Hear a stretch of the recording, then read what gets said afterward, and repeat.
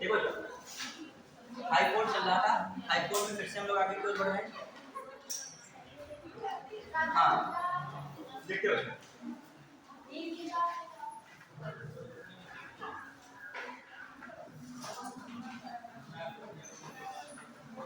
High court में हम लोग हाँ दूसरे में देख रहे हैं कैसे क्या कवर करना है। ठीक है, अभी आप लोग हमें बताएंगे भी क्या समझे क्या नहीं समझे। ठीक है, सभी लोग बैठ जाइए, सभी लोग बैठ जाइए आराम से। देखो आपने भी क्या क्या पढ़ा थोड़ा पहले रिकॉल कर 2 मिनट में, फिर बताइएगा क्या क्या पढ़ा आपने। देखिए वीडियो सब लोग रिकॉल करिएगा, क्वेश्चन पूछने वाला हूँ आपसे, 2-4 क्वेश्चन पूछूंगा तब मैं आगे बढ़ूंगा। 2-3 मैं क्वेश्चन पूछूंगा तब मैं उसके आगे बढ़ूंगा, तो आप लोग इससे पहले बताइएगा। ठीक है, पूरा दिमाग लगा लीजिए, पोटेंशियल लगाइए। एक और बात बता रहा हूँ, पीसीएस की आप तैयारी कर ही रहे हैं, यूपीएससी का भी फॉर्म भरिए। यूपी पीसीएस तो भरना ही भरना है। ठीक है, समीक्षा अधिकारी है उसका भी फॉर्म भर सकते हैं यदि आप इंटरेस्टेड हैं। साथ साथ बीपीएससी का जो मैं बता रहा था लगभग 2000 वैकेंसी आ रही है। 1929 वैकेंसी का क्या हो चुका, फाइनल आ चुकी है, मतलब अध्याचन प्राप्त हो चुका। 35 और वैकेंसी मिलेगी, सुन लीजिए। तो आप लोग की तैयारी यही है, तो जो वैकेंसी में डालना चाहे तो फॉर्म वहां भी अप्लाई कर सकते हैं। ठीक है, क्या 5 ऑप्शन देते हैं, लेकिन यूपी पीसीएस से पेपर थोड़ा सा ठीक ही है, वो यूपी पीसीएस से टफ नहीं आएगा। मान लीजिए जो तैयारी यूपी पीसीएस वाली कर रहा है उससे पेपर टफ नहीं जाएगा, ये जान लीजिए। कंफ्यूजन नहीं और आसानी रहती है, बताएंगे कैसे। अरे बच्चे बीपीएससी है तो बिहार नहीं लगेगा, कहाँ लगेगा बिहार में। ठीक है चलिए, ठीक है स्टार्ट कर रहे हैं।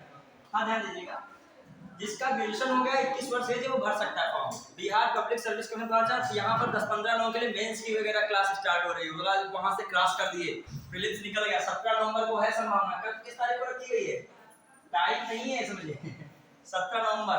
कौन सा है, बीपीएससी का एग्जाम है लगा। हाँ, और इसमें एक और चीज है, कितने गुना बुलाया जाएगा, 10 गुना बुलाया जाएगा। कितना गुना बुलाया जाएगा, 10 गुना। इंटरव्यू में कितने गुना बुलाया जाएगा, 2.5 गुना। क्लियर, चलिए आइए अपने टॉपिक पे देखते हैं। इसकी जानकारी के बाद में आपको दे दूंगा। ठीक है, मैं आपको पढ़ाने के साथ साथ अदर चीजें इस समय क्या करनी है थोड़ा आप उसको भी ध्यान दे चलिए। मतलब आप केवल 2 एग्जाम में बैठे हैं, यूपीएससी और यूपी पीसीएस, तो आप तैयारी आपकी स्त्री है। अब सर्वोच्च न्यायालय बदलेगा नहीं, मैं क्वेश्चन पूछता हूँ, मैं बीपीएससी का पूछता हूँ, एमपी पीसीएस का पूछता हूँ, हाई कोर्ट बदलेगा नहीं, लोकल कोर्ट्स बदलेगा नहीं, जनहित याचिका न्याय सक्रियता सब वही रहेगा, तो आप वहां भी भर सकते हो, यहाँ तो भरोगे, कॉमन सी बात है। क्लियर, आप कोई वहां कोई नॉर्मल पोस्ट पे जा नहीं है बिहार में, एसडीएम और डीएसपी और जितने भी अधिकारी हैं सारे क्या है, अधिकारी जहां रहेगा अधिकारी ही रहेगा। क्लियर, अब आइए यूपी में एग्जाम्स में लगभग वैकेंसी जो 250 आ रही थी, यहाँ पे अकेले 200 क्या है, एसडीएम की ही पोस्ट है अकेले, मतलब अकेले पोस्ट एसडीएम की सोचिए। लगभग बताया जा रहा है 136 पोस्ट किसकी है, डीएसपी की है, तो आप यहाँ अप्लाई करना चाहिए, करिएगा। आइए हाई कोर्ट पढ़ रहे हैं, देखते हैं क्या क्या इसमें क्या क्या हम लोग पढ़े थे फटाक से। मेन टारगेट है सिलेबस कवर करना, सबसे पहले क्या टारगेट है, एक बार सिलेबस पूरा तैयार कर लीजिए, फिर रिवीजन मारते रहिए, और एग्जाम इधर उधर जितने बढ़िया बड़े एग्जाम हो क्या करते रहिए, देते रहिए। जहां पे भाग्य और आपकी मेहनत लग गई, दोनों का साथ बन गया, आप जिंदगी जिंगा लाला। क्लियर ठीक है, कहां बार बार हाई कोर्ट और बार बार जो है सुप्रीम कोर्ट में वही फिर पढ़ रहे हो, राष्ट्रपति की इनकी सलाह पर इनकी सलाह पर इनकी सलाह, यही चल रहा है। ठीक है, अब आइए देखिए क्या क्या आपने पढ़ा है, ध्यान दीजिएगा। सबसे पहले क्या देखा था, एक सेकंड बस आप बताना है आपको, मैं एक बार रिवीजन कर रहा हूँ। ये सुप्रीम कोर्ट था, ये हाई कोर्ट था, ये क्या था, डिस्ट्रिक्ट कोर्ट। ठीक है, हाई कोर्ट इनसे क्या नीचे है, लेकिन अधीनस्थ न्यायालय से क्या है, ऊपर है।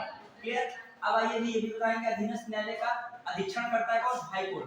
अब आइए फिर हम लोगों ने क्या पढ़ा था, जो इनके बारे में पढ़ा था, हिस्टोरिकल बैकग्राउंड में 1862 याद आ गया होगा, 1866 याद आ गया होगा अपने आप, मैं बताने की जरूरत नहीं है। ठीक है, फिर मैंने बताया था कि संसद को पावर है, ठीक, किससे पावर मिली थी, 7 CACA क्या था 1956, किसी उच्च न्यायालय के राज्य क्षेत्र को बढ़ा सकती है या क्या कर सकती है, घटा नहीं, किसी उसमें संघ राज्य क्षेत्र को अलग भी कर सकती है, क्या कर सकती है, जोड़ भी सकती है।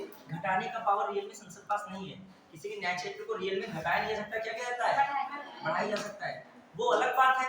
यूटी लगा हुआ है तो यूटी को अलग भी जा सकता है, यूटी को उसमें जोड़ा भी जा सकता है। फिर आई कितने साझा मिले थे आपको, साझा न्यायालय किस आर्टिकल में बात मैं पूछूंगा, आर्टिकल 231 था ये सब। फिर इसके बाद मैंने क्या बताया था, गठन बताया था, गठन बताइए किस आर्टिकल में था,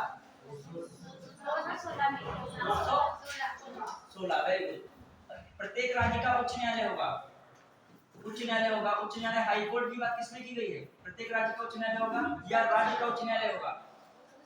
आर्टिकल कौन सा था? 214 ये था। फिर बताया था हाई कोर्ट के न्यायाधीशों की नियुक्ति है, योग्यता है, किस आर्टिकल में है?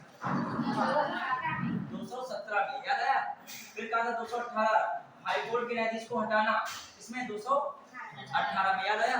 फिर वेतन बताया था, वेतन याद कीजिए, वेतन नहीं, अब 219 में शपथ, शपथ किसमें थी? 219 में। अभी 220 नहीं बता रहा हूँ, आगे बताऊंगा। 221 में क्या बताया था? 21 क्या है? पेंशन वगैरह, क्लियर? फिर बताइए 223 को हमने भी दिखाया था। 223 में क्या था? मुख्य कार्यकारी न्यायाधीश या कार्यवाहक मुख्य न्यायाधीश भी कह सकते हो, कार्यवाहक मुख्य न्यायाधीश। और फिर 224 को क्या मैंने छोड़ा दिया था? अतिरिक्त एवं कार्यकारी न्यायाधीश। यहाँ तक आ गए थे? अब लिखिएगा, यही तो थे ना। चलिए आइए स्टार्ट करते हैं यहाँ पे। अब देखिए एक दो मैं क्वेश्चन आपसे पूछ रहा हूँ, जो अभी तक पढ़े हो मुझे बताओगे, तब हम आगे बढ़ेंगे, ठीक है? एक दो क्वेश्चन से रिलेटेड पूछ रहा हूँ जो आईएएस पीसीएस में आए हुए हैं। बहुत कायदे सुनिएगा और आप लोग आराम से बता दोगे।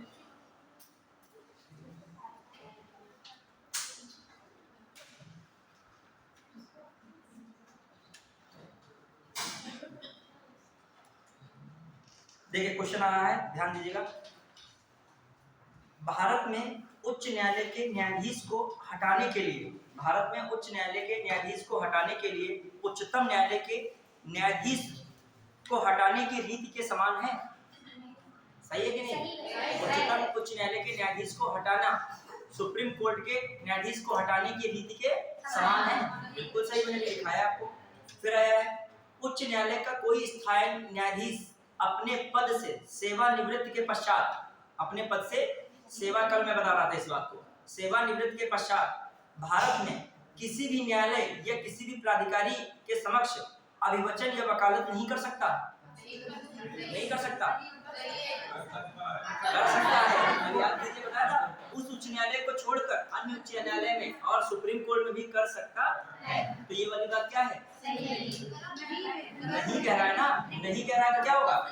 गलत है। क्या है? गलत है। तो इसमें लिखा है केवल एक, केवल दो, एक और दोनों, ना तो एक ना तो दो, एक केवल। देखिए आईएएस में क्वेश्चन आया, कौन सा क्वेश्चन सॉल्व कर रहे हो आईएएस में? तभी मैं कह रहा हूँ बहुत कायदे से पढ़िए, आराम से। आप बस ये ना देखिए आईएएस पीसीएस, अभी तो आप पहले बताइए, ठीक है? वो जो मैंने पढ़ाया है, आपने समझा उसको क्या है, क्वेश्चन फॉर्मेट बताइए, ठीक है? फिर आ जाइए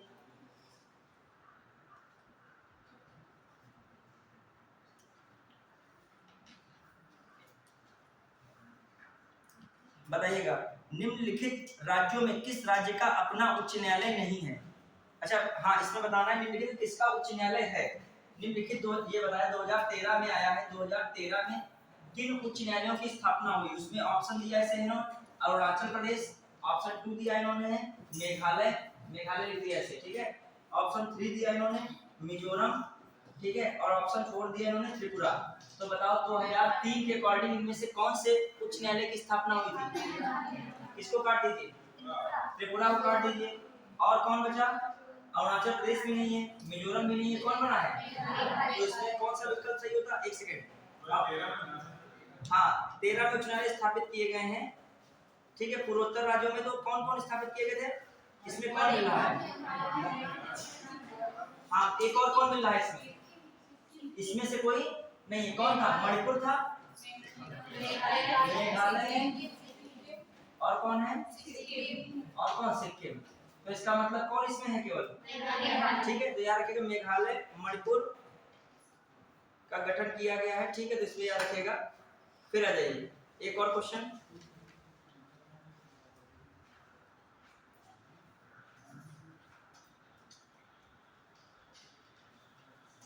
उच्च न्यायालय में न्यायाधीशों की संख्या निर्धारित करने का अधिकार निम्नलिखित में से किसके पास है?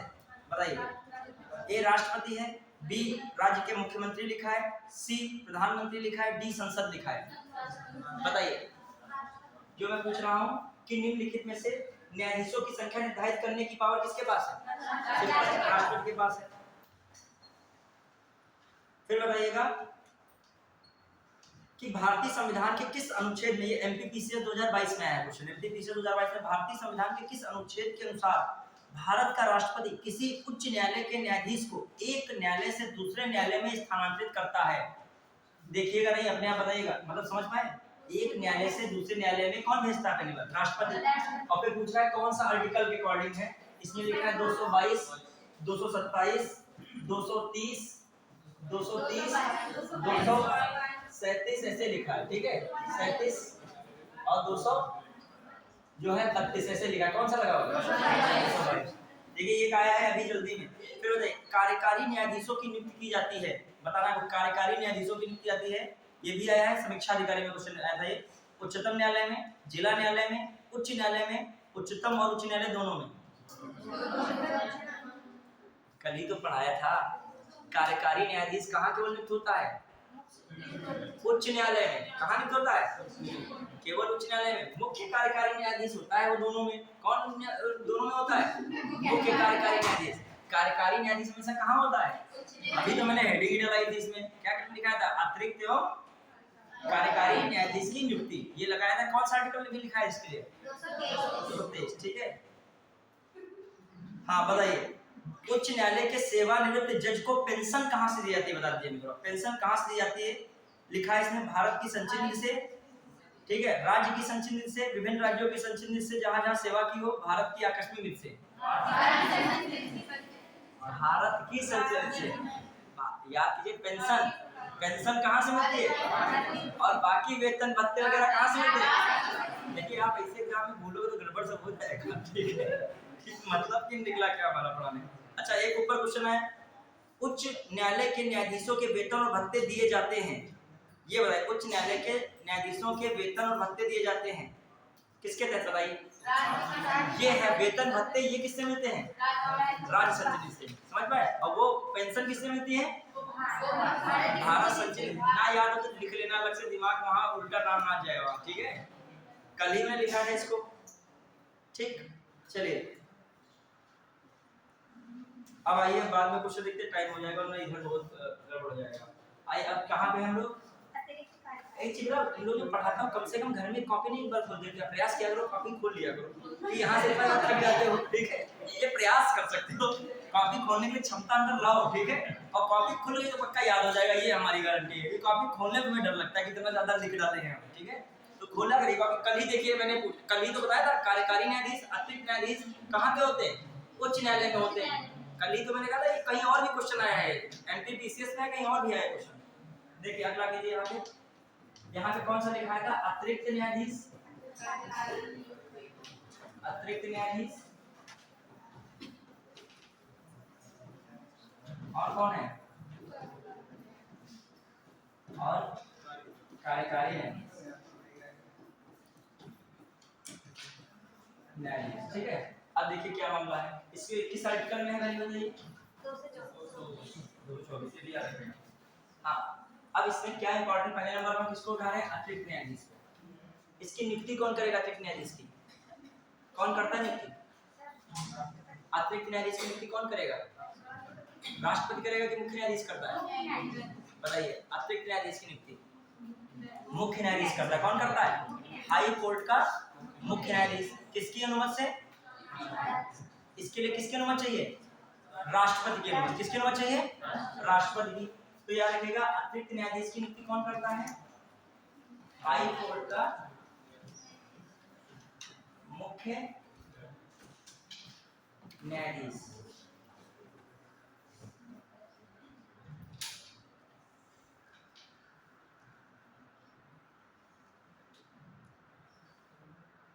एक सेकंड, इसको राष्ट्रपति लिखिएगा, इसे कौन करेगा? इसकी नियुक्ति क्लियर कर लेगा। इसकी नियुक्ति कौन करेगा? राष्ट्रपति। इसकी नियुक्ति राष्ट्रपति करता है, ठीक है। फिर भी मैं एक बार क्लियर कर ले रहा हूँ, ठीक है। क्योंकि ये अतिरिक्त और ये इसकी व्यवस्था जो है अलग ही है पूरा, ठीक है। इसमें मैं क्लियर कर लूँ तो गड़बड़ ना हो किसी प्रकार से।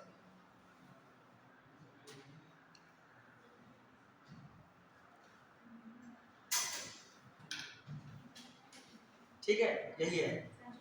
किसके द्वारा की जाती है? राष्ट्रपति लिख लिएगा, ठीक है। राष्ट्रपति द्वारा, क्योंकि ज्यादातर नियुक्तियां किसके द्वारा होती है? राष्ट्रपति, ठीक है। लिखिएगा इसकी नियुक्ति राष्ट्रपति द्वारा की जाती है। इसकी नियुक्ति किस द्वारा की जाती है? राष्ट्रपति द्वारा की जाती है। जैसे कभी पूछ लो किसी स्टूडेंट का मुझसे निकल गया मुख्य न्यायाधीश। तो फिर टीचर का दिमाग जो है थोड़ा सा कंफ्यूजन में आ जाता है, ठीक है। ठीक, काफी ज्यादा पूछने में भी दिक्कत होने लगती है। देखिए इसकी किस तरह की अब इसके बारे में थोड़ा समझिए क्या है मामला। अब नियुक्ति राष्ट्रपति द्वारा की जाएगी। किन स्थितियों में कार्यकारी न्यायाधीश अतिरिक्त न्यायाधीश की नियुक्ति की जाएगी? दो शर्त है, ऐसे नहीं नियुक्ति होगी कि ऐसे मानो कि अतिरिक्त न्यायाधीश नियुक्त कर दिया, ऐसे नहीं। कब नियुक्ति होगी? जब कंडीशन क्या लगी हो, जब कंडीशन क्या लगी हो, पहली कंडीशन मतलब क्या होता है, जब काम क्या हो, कल ही देखो एक स्टूडेंट ने पूछा भी था, कार्य क्या हो, अधिक हो, कार्य क्या हो, अधिक हो। दूसरी स्थिति क्या हो सकती है, बकाया कार्य हो, कार्य देखो ज्यादा होना, एक क्या होना, पिछला काम बाकी होना, दोनों में थोड़ा सा डिफरेंस होता है। कार्य क्या हो, कार्य बकाया हो। ऐसी कंडीशन में किसकी नियुक्ति की जाएगी? अतिरिक्त न्यायाधीश। कौन करेगा? राष्ट्रपति। किसी योग्य व्यक्ति को राष्ट्रपति अतिरिक्त न्यायाधीश के रूप में अस्थायी तौर पर नियुक्त करता है। किस तौर पर नियुक्त करता है? स्थायी तौर पर नहीं, अस्थायी तौर पर। क्यों? क्योंकि काम क्या है, ज्यादा है, और जो है या फिर काम क्या है, बकाया वाला पेंडिंग पड़ा है, बकाया काम है या कार्य ज्यादा हो गया है। क्लियर? फिर आ जाइए, दोनों में डिफरेंस समझ में आया कि नहीं? एक होता है कार्य ज्यादा है बहुत, एक है आपने पिछले जो है पिछले समय आराम किया है, काम क्या हो गया है, सारा पेंडिंग हो गया है, तो आपको ज्यादा कार्य करना पड़ेगा। क्लियर? अब आइए दूसरी बात क्या है, ये जो अतिरिक्त न्यायाधीश है 2 वर्ष तक ही रह सकता है। कितने वर्ष तक रह सकता है? 2 वर्ष तक कार्य कर सकता है। 2 वर्ष तक पद पर रहेगा। 2 वर्ष तक क्या रहेगा? पद पर रहेगा। और दूसरा कौन आ रहा है, कौन सा न्यायाधीश बना था? कार्यकारी न्यायाधीश। कार्यकारी न्यायाधीश।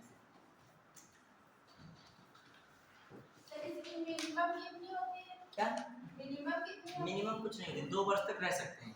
इससे पहले न्यायाधीश को कहा जाए कि मिनिमम कार्यकाल क्या रखा है, कोई नहीं, हाईएस्ट रखा है कितना है, 62 वर्ष। ऐसे इनको कितने तक रह सकते हैं? 2 वर्ष। लेकिन एज याद रखेगा, एज 62 वर्ष तक ही रहेंगे। कितने तक रहेंगे? मतलब वैसे 2 वर्ष रहेंगे, लेकिन कहाँ तक, मतलब मान लीजिए 61 पे हुए हैं तो कितने पे उनको हट जाना होगा? 62 पे हट जाता तो 1 वर्ष रहेगा। मतलब मैक्सिमम तो सबके लिए कितना रखा गया हाई कोर्ट में न्यायाधीश के लिए, चाहे कोई अतिरिक्त न्यायाधीश हो, चाहे कार्यकारी न्यायाधीश हो, चाहे मुख्य कार्यवाहक न्यायाधीश हो, रहेंगे सब कोई अपने पद पर कब तक? 62 वर्ष तक। ये भी याद रखेगा, कितने तक रहेंगे सब? 62। क्लियर? फिर आ जाइए कार्यकारी न्यायाधीश में क्या है, किसी योग्य व्यक्ति को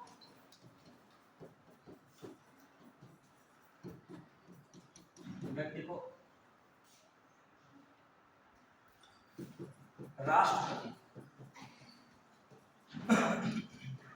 कार्यकारी न्यायाधीश के रूप में नियुक्त करते हैं। किसी योग्य व्यक्ति को राष्ट्रपति कार्यकारी न्यायाधीश के रूप में नियुक्त करते हैं। कार्यकारी न्यायाधीश के रूप में नियुक्त करते हैं। कार्यकारी न्यायाधीश के रूप में नियुक्त करते हैं। लेकिन जब कब, मतलब जब की बात हो रही है, ऐसे नहीं जब मन होगा नियुक्त कर लेंगे। कब नियुक्त करेंगे पहले बताइए? जब उच्च न्यायालय में स्थायी न्यायाधीशों की क्या होगी? कमी होगी, तभी तो कार्यकारी आएगा। जब स्थायी न्यायाधीश क्या हो जाएंगे? कम हो जाएंगे। या फिर क्या होगा, जो वहां का न्यायाधीश है वो मुख्य कार्यवाहक न्यायाधीश बन जाएगा। नहीं समझ पाए तो एक न्यायाधीश कम नहीं पड़ गया। कार्यकारी न्यायाधीश कम नहीं किया। कार्यकारी का मतलब होता है जब स्थायी न्यायाधीश ना हो तो उसकी जगह पे कौन आएगा, काम करेगा? कार्यकारी न्यायाधीश। दूसरी बात मैं कह रहा हूँ, एक कंडीशन और भी हो सकती है कि मान लीजिए मुख्य न्यायाधीश नहीं है तो उन्हीं में से किसी न्यायाधीश को क्या बना दिया गया है? मुख्य कार्यवाहक न्यायाधीश बना दिया। क्या बना दिया? मुख्य कार्यवाहक न्यायाधीश। तो उस न्यायाधीश की सीट क्या हो गई? खाली हो गई कि नहीं हो गई? तो ऐसी स्थिति में भी क्या राष्ट्रपति कर सकते हैं? कार्यकारी न्यायाधीश की नियुक्ति कर सकते हैं। बिल्कुल आप ऐसे व्यवहारिक रूप से समझा करें, कहीं भी कोई स्टेटमेंट है फंसोगे नहीं। जैसे इस तरीके के स्टेटमेंट आए कि किसी भी योग्य व्यक्ति को हाई कोर्ट में संविधान के आर्टिकल 224 के तहत राष्ट्रपति कार्यकारी न्यायाधीश के रूप में नियुक्त कर सकते हैं।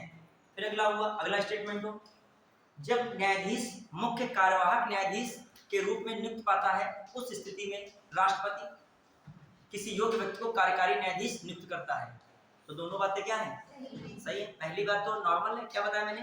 कोई योग्य व्यक्ति होगा क्या बन सकता है? राष्ट्रपति द्वारा कार्यकारी न्यायाधीश बन सकता है। और दूसरी बात मैंने क्या बताई? कार्यकारी न्यायाधीश कब होगा? जब स्थायी न्यायाधीश नहीं हो। और कब नहीं होगा? एक कंडीशन और बन सकती है, कब नहीं होगा? जब मुख्य न्यायाधीश नहीं है मान लीजिए, उसकी जगह पर किसी न्यायाधीश को क्या बना दिया गया है, मुख्य कार्यवाहक न्यायाधीश या कार्यवाहक मुख्य न्यायाधीश बनाया गया, तो उसकी सीट क्या हो गई, खाली हो गई। तो तब तक के लिए उनकी जगह पे क्या बना दिया गया है, कोई कार्यकारी न्यायाधीश बना दिया गया है। ये अस्थायी होते हैं, जैसे ही स्थायी न्यायाधीश आ जाएगा, कार्यकारी न्यायाधीश हो या अतिरिक्त न्यायाधीश हो, इनको क्या कर दिया जाता है, हटा दिया जाता है। याद रखेगा ये, क्लियर। अब लिख लीजिए इस बात को भी कि कब ये बनाए जाते हैं, जब हाई कोर्ट में स्थायी न्यायाधीश ना हो, स्थायी न्यायाधीश की कमी हो, स्थायी न्यायाधीश। अब देखो, अब एक कमी हो, कैसे कमी एक हो सकती है, मान लीजिए यहाँ का जो स्थायी न्यायाधीश है कहीं दूसरी जगह क्या होगा, ट्रांसफर हो गया है, या वो कहाँ चला गया है, सुप्रीम कोर्ट चला गया, तब भी तो रिक्त हो सकता है। यहाँ का कोई स्थायी न्यायाधीश क्या है, स्थानांतरित हुआ, स्थानांतरित लिख सकते हैं, अथवा क्या हो सकता है, तथा कहाँ पे नियुक्ति हो गई, सुप्रीम कोर्ट में नियुक्ति। न्यायाधीश किसी हाई कोर्ट, किसी अन्य हाई कोर्ट में स्थानांतरित हो गया, स्थानांतरित हुआ, तथा हाई कोर्ट में या क्या हो गई उसकी नियुक्ति, सुप्रीम कोर्ट में नियुक्ति हो गई, तो कमी हो गई कि नहीं, उस व्यक्ति की कमी हो जाएगी नहीं। हाई कोर्ट में कोई न्यायाधीश था, ट्रांसफर हो गया कहीं, एक कम हो गया कि नहीं। दूसरी बात, कहाँ चला गया, सुप्रीम कोर्ट में नियुक्ति पा गया, तब भी क्या यहाँ से पड़ गया, कम पड़ गया कि नहीं पड़ गया, तब भी कार्यकारी न्यायाधीश है। और दूसरी बात क्या हो सकती है कार्यकारी न्यायाधीश में, हाई कोर्ट का न्यायाधीश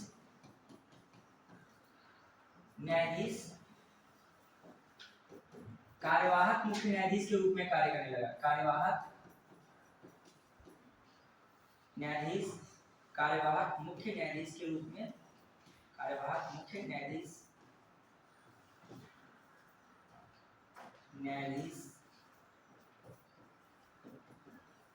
के रूप में नियुक्त किया गया,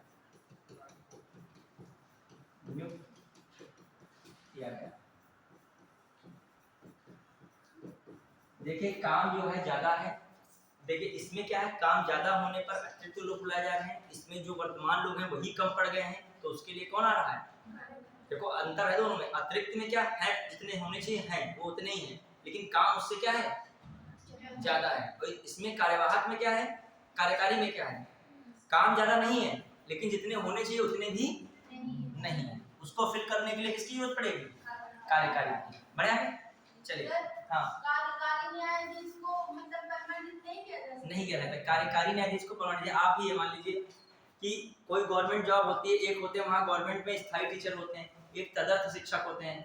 तदर्थ शिक्षक मान लीजिए एक हिसाब से कार्यकारी ही वहाँ पर है, जब तक जरूरत है तब तक है, जहाँ भर्ती एक आ जाएगी वहाँ पे इनको क्या कर दिया जाएगा, बाहर कर दिया जाएगा। क्लियर, समझ पाए कि नहीं। तो ये बात है इसमें भी, इसको जो है ये भी निकलेगा, ये एक हिसाब से क्या रहेंगे, स्थायी न्यायाधीश के आने पर इन्हें हटा दिया जाता है। स्थायी न्यायाधीश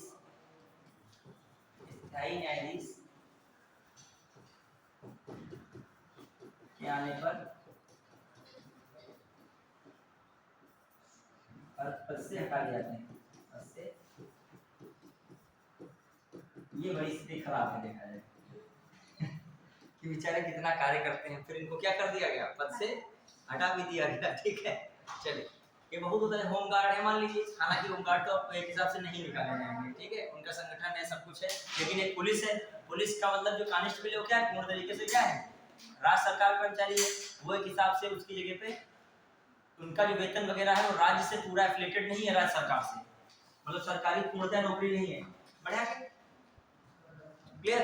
कार्यकारी अब भाई सेवानिवृत्त न्यायाधीश के बारे में थोड़ा सा, सेवानिवृत्त न्यायाधीश,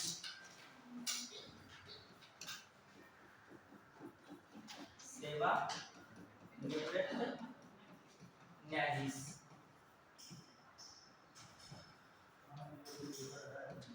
ठीक है, ये मान लीजिए 124 का ए, 224 का ए है, सेवानिवृत्त न्यायाधीश।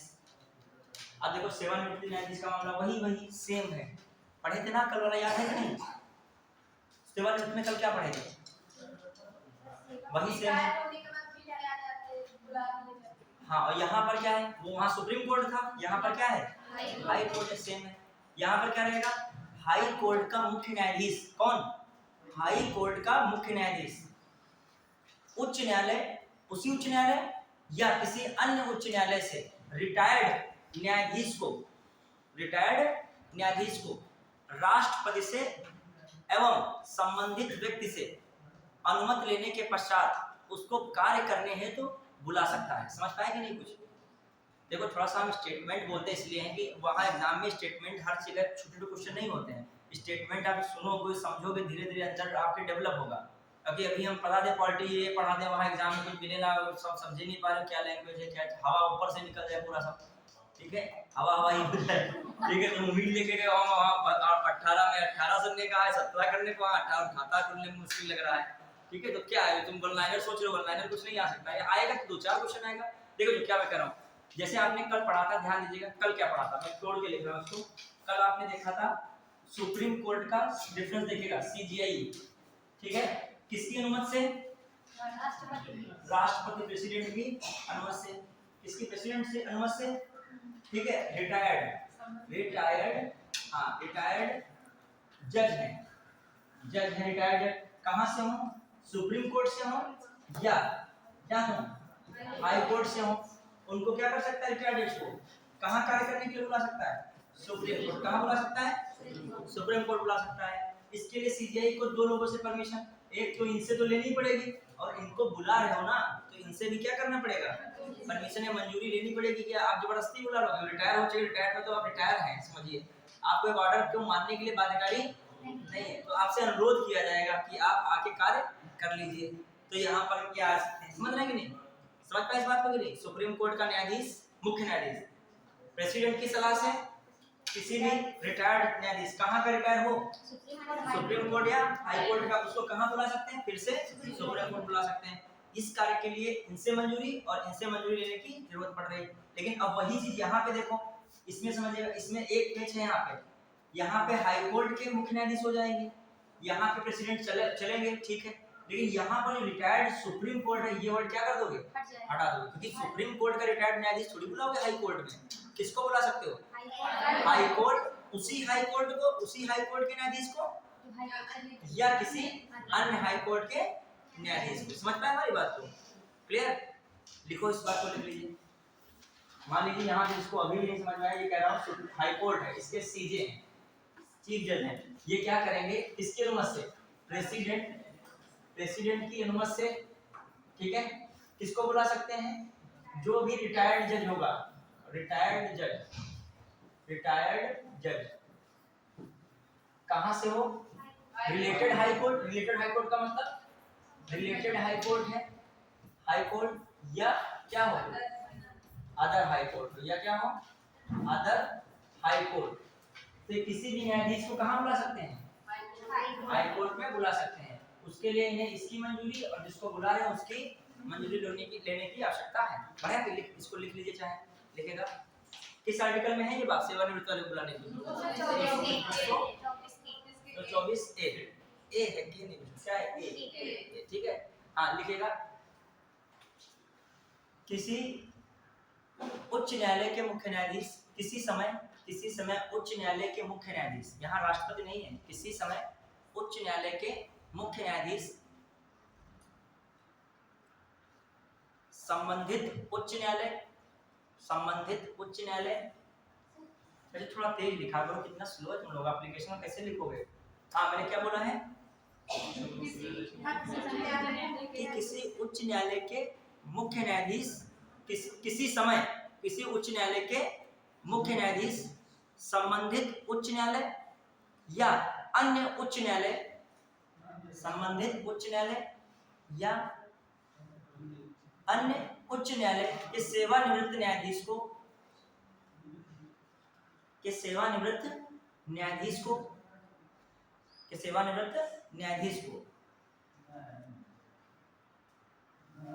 हाई कोर्ट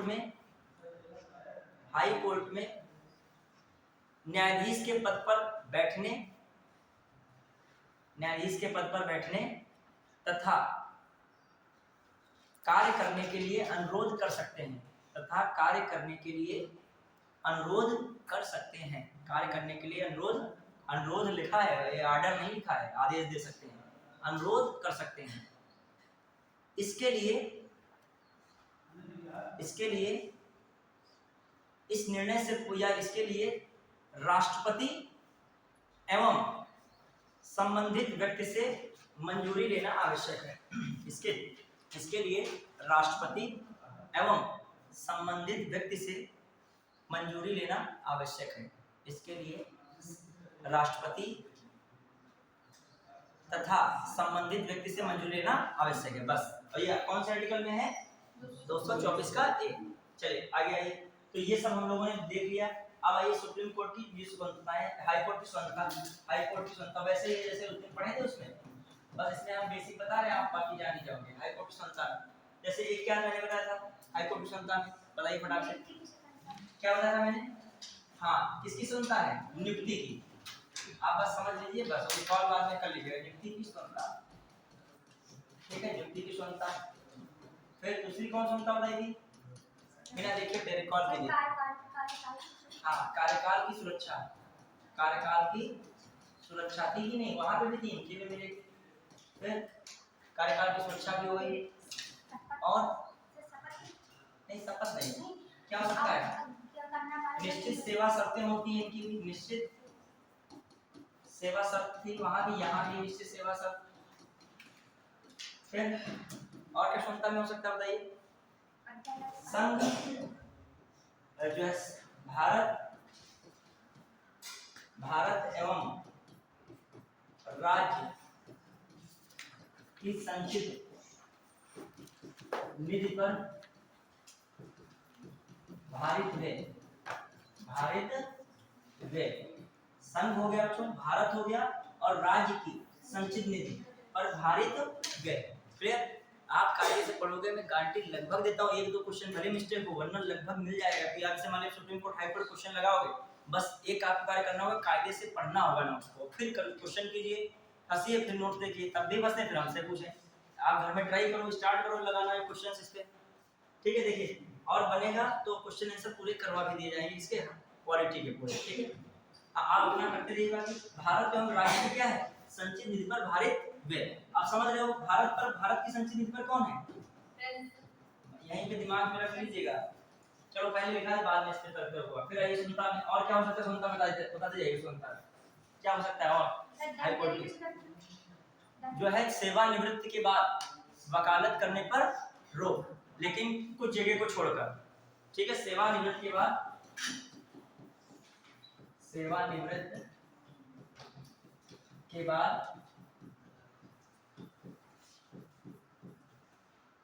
वकालत पर रोक।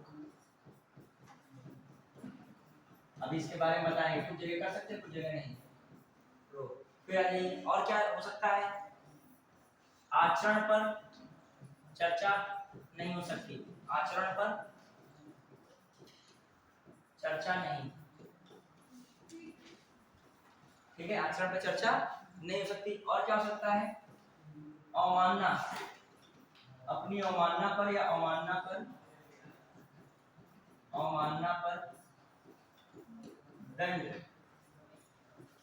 देने का अधिकार। अवमानना पर दंड देने का अधिकार, अवमानना पर दंड देने का अधिकार। क्लियर? ये भी हो सकता है। अब आ जाइए एक और दिमाग में रखें, ये हो गया हाई कोर्ट क्षमता, अवमानना पर दंड देने का अधिकार। और क्या हो सकता है? न्याय क्षेत्र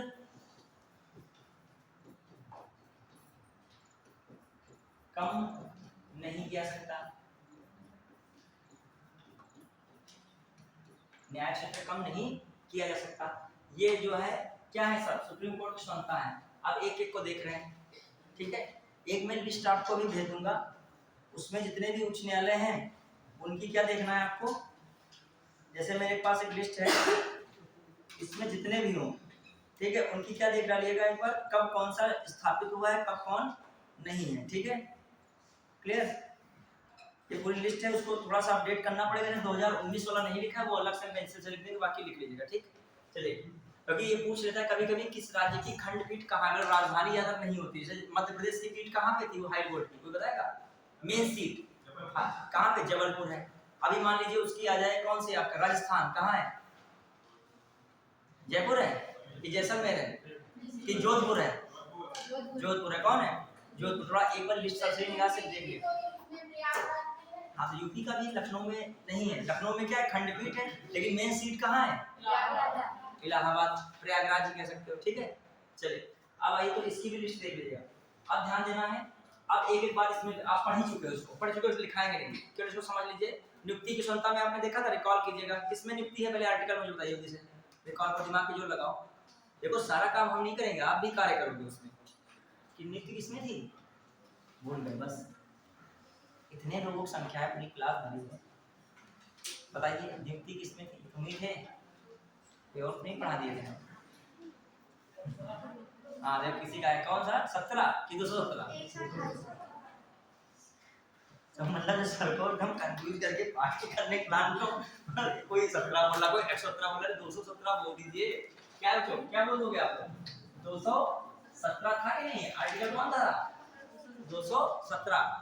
जब ऐसे आर्टिकल हमको नहीं याद है, तुमको भी नहीं ऐसे याद है, जब तक बार बार रिकॉल नहीं करोगे दिमाग पे, जो एक बार लिखने के बाद ये ना सोचो कि हमारा कार्य हो गया, कार्य तब तक नहीं हो जब तक एग्जाम में सही नहीं हो जाए, ठीक है। ये तो एक शुरुआत है यहाँ हमारी पढ़ाई करने से, शुरुआत तुम्हारी हुई है, ठीक है। अंत अभी एग्जाम हॉल में होना है, वहाँ पे कर पाते हो कि नहीं कर पाते हो।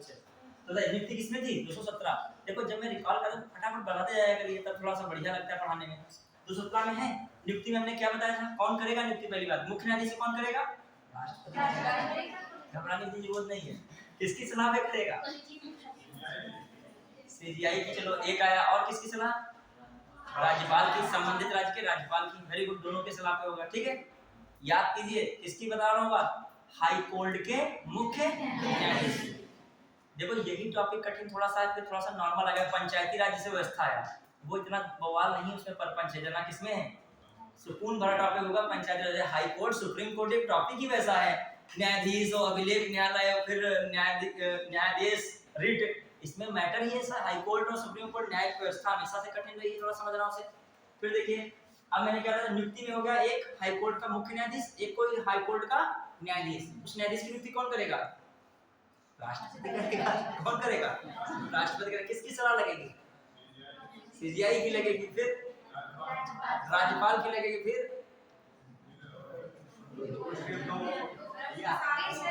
अच्छा हाई कोर्ट के मुख्य न्यायाधीश की भी तो लगेगी, किसकी लगेगी, हाई कोर्ट के। अरे जिस हाई कोर्ट में न्यायाधीश की नियुक्ति होगी, बिना उस हाई कोर्ट के न्यायाधीश से आप मुख्य न्यायाधीश से बोले उनकी नियुक्ति करने लगोगे, उसका तो मुंह खुल जाएगा, भाई कह रहे हैं हमारे वहां तुम नियुक्त कर रहे हो, हमसे ही कोई मतलब नहीं, दिक्कत होगी कि नहीं होगी बताइए। चलिए अब जो मैंने कहा था मुख्य न्यायाधीश की नियुक्ति में किसकी शामिल है, देखती सलाह किसकी शामिल है, 2 वरिष्ठ न्यायाधीश की, तो नियुक्ति का मैटर हो गया। अब बताओ इसमें कई कार्यपालिका विधायिका का इंटरफेयर है, नहीं है, तो इसका मतलब ये क्या है, न्यायपालिका में नियुक्ति क्या है, स्वतंत्र है, क्या है, स्वतंत्र है। फिर आइए कार्य जो है कार्यालय की सुरक्षा बताइए, कि इसमें सरकार चाहे हटा सकती है इनका कार्यकाल, क्यों नहीं हटा सकती, क्योंकि इसके लिए प्रक्रिया थी, कैसा बहुमत था, विशेष बहुमत था। किस प्रकार का विशेष बहुमत था, 2/3 मत याद आ जाता है कुल सदस्यों का बहुमत, ये कौन बोल रहा है, कुल सदस्यों का बहुमत तथा उपस्थित एवं मतदान देने वाले कितना 2/3, और ये बहुमत दोनों सदन से क्या होना चाहिए, पारित। फिर कौन हटाता था, राष्ट्रपति। कौन हटा रहा था, राष्ट्रपति। फिर आ जाइए, फिर कार्यपाल की कार्यालय की सुरक्षा हो गई, तब बताइए कार्यालय कब तक उनका रहता है कार्यकाल, 62 वर्ष कितना रहता है, 62। और क्या बताया था कार्यकाल में, और कार्यकाल का कोई संविधान में लिखा है कार्यकाल, नहीं, ये भी याद रखिएगा संविधान में नहीं है, जिसकी संविधान में व्याख्या नहीं है उसको भी दिमाग में रखना, जिसकी है वो तो पढ़ना ही पढ़ना है, जिसकी नहीं है वो भी पढ़िए, बस सेंटेंस बना के दे, संविधान में संविधान के अनुसार न्यायाधीश का कार्यकाल 62 वर्ष तक होता है। तुमको लगेगा वो सही है, तो पक्का सरल क्वेश्चन आ गया, सही है, लेकिन वहां पर उसने एक्स्ट्रा लिख दिया, क्या लिख दिया, संविधान के अनुसार, वो नहीं है, ठीक है। फिर आ जाइए कार्यकाल की सुरक्षा में हो गया। अब बताइए कार्यकाल की सुरक्षा में कब इनका कार्यकाल समाप्त हो सकता था, 4-5 बातें बताइए, 4 बताइए बातें। एक क्या हो 62 वर्ष पूरी हो गई हो, तब कार्यकाल समाप्त। दूसरा राष्ट्रपति को क्या देते हैं, इस्तीफा। अब याद रखिएगा क्वेश्चन आ सकता है, हाई कोर्ट के न्यायाधीश किसको अपना इस्तीफा देते हैं, वहां ऑप्शन लिखा होगा राज्यपाल, वहां ऑप्शन लिखा होगा उच्च न्यायालय का मुख्य न्यायाधीश, वहां ऑप्शन लिखा होगा राष्ट्रपति, वहां ऑप्शन लिखा होगा संबंधित उच्च न्यायालय के मुख्य न्यायाधीश। किसको लगाओगे, राष्ट्रपति। किसको इस्तीफा देंगे, क्योंकि नियुक्ति कौन कर रहा है, राष्ट्रपति, इस्तीफा भी राष्ट्रपति को दे रहे हैं। फिर आ जाइए तो कार्यकाल, फिर तीसरी बात मैंने कौन बताई थी, उसमें कार्यकाल समाप्त हो सकता है, स्थानांतरण हो गया होगा। स्थानांतरण चलो हो गया है, आप हाई कोर्ट सुप्रीम कोर्ट में पहुंच गए हैं। और एक और हो सकता है ना, संसद द्वारा क्या किया जाए, इनको राष्ट्रपति से हटवा दिया जाए। ठीक है, चलिए अगला ये निश्चित सेवा शर्तें क्या थी बताइए। इनकी जो है पेंशन, वेतन, भत्ते, खर्चे कौन डिसाइड करेगा, संसद।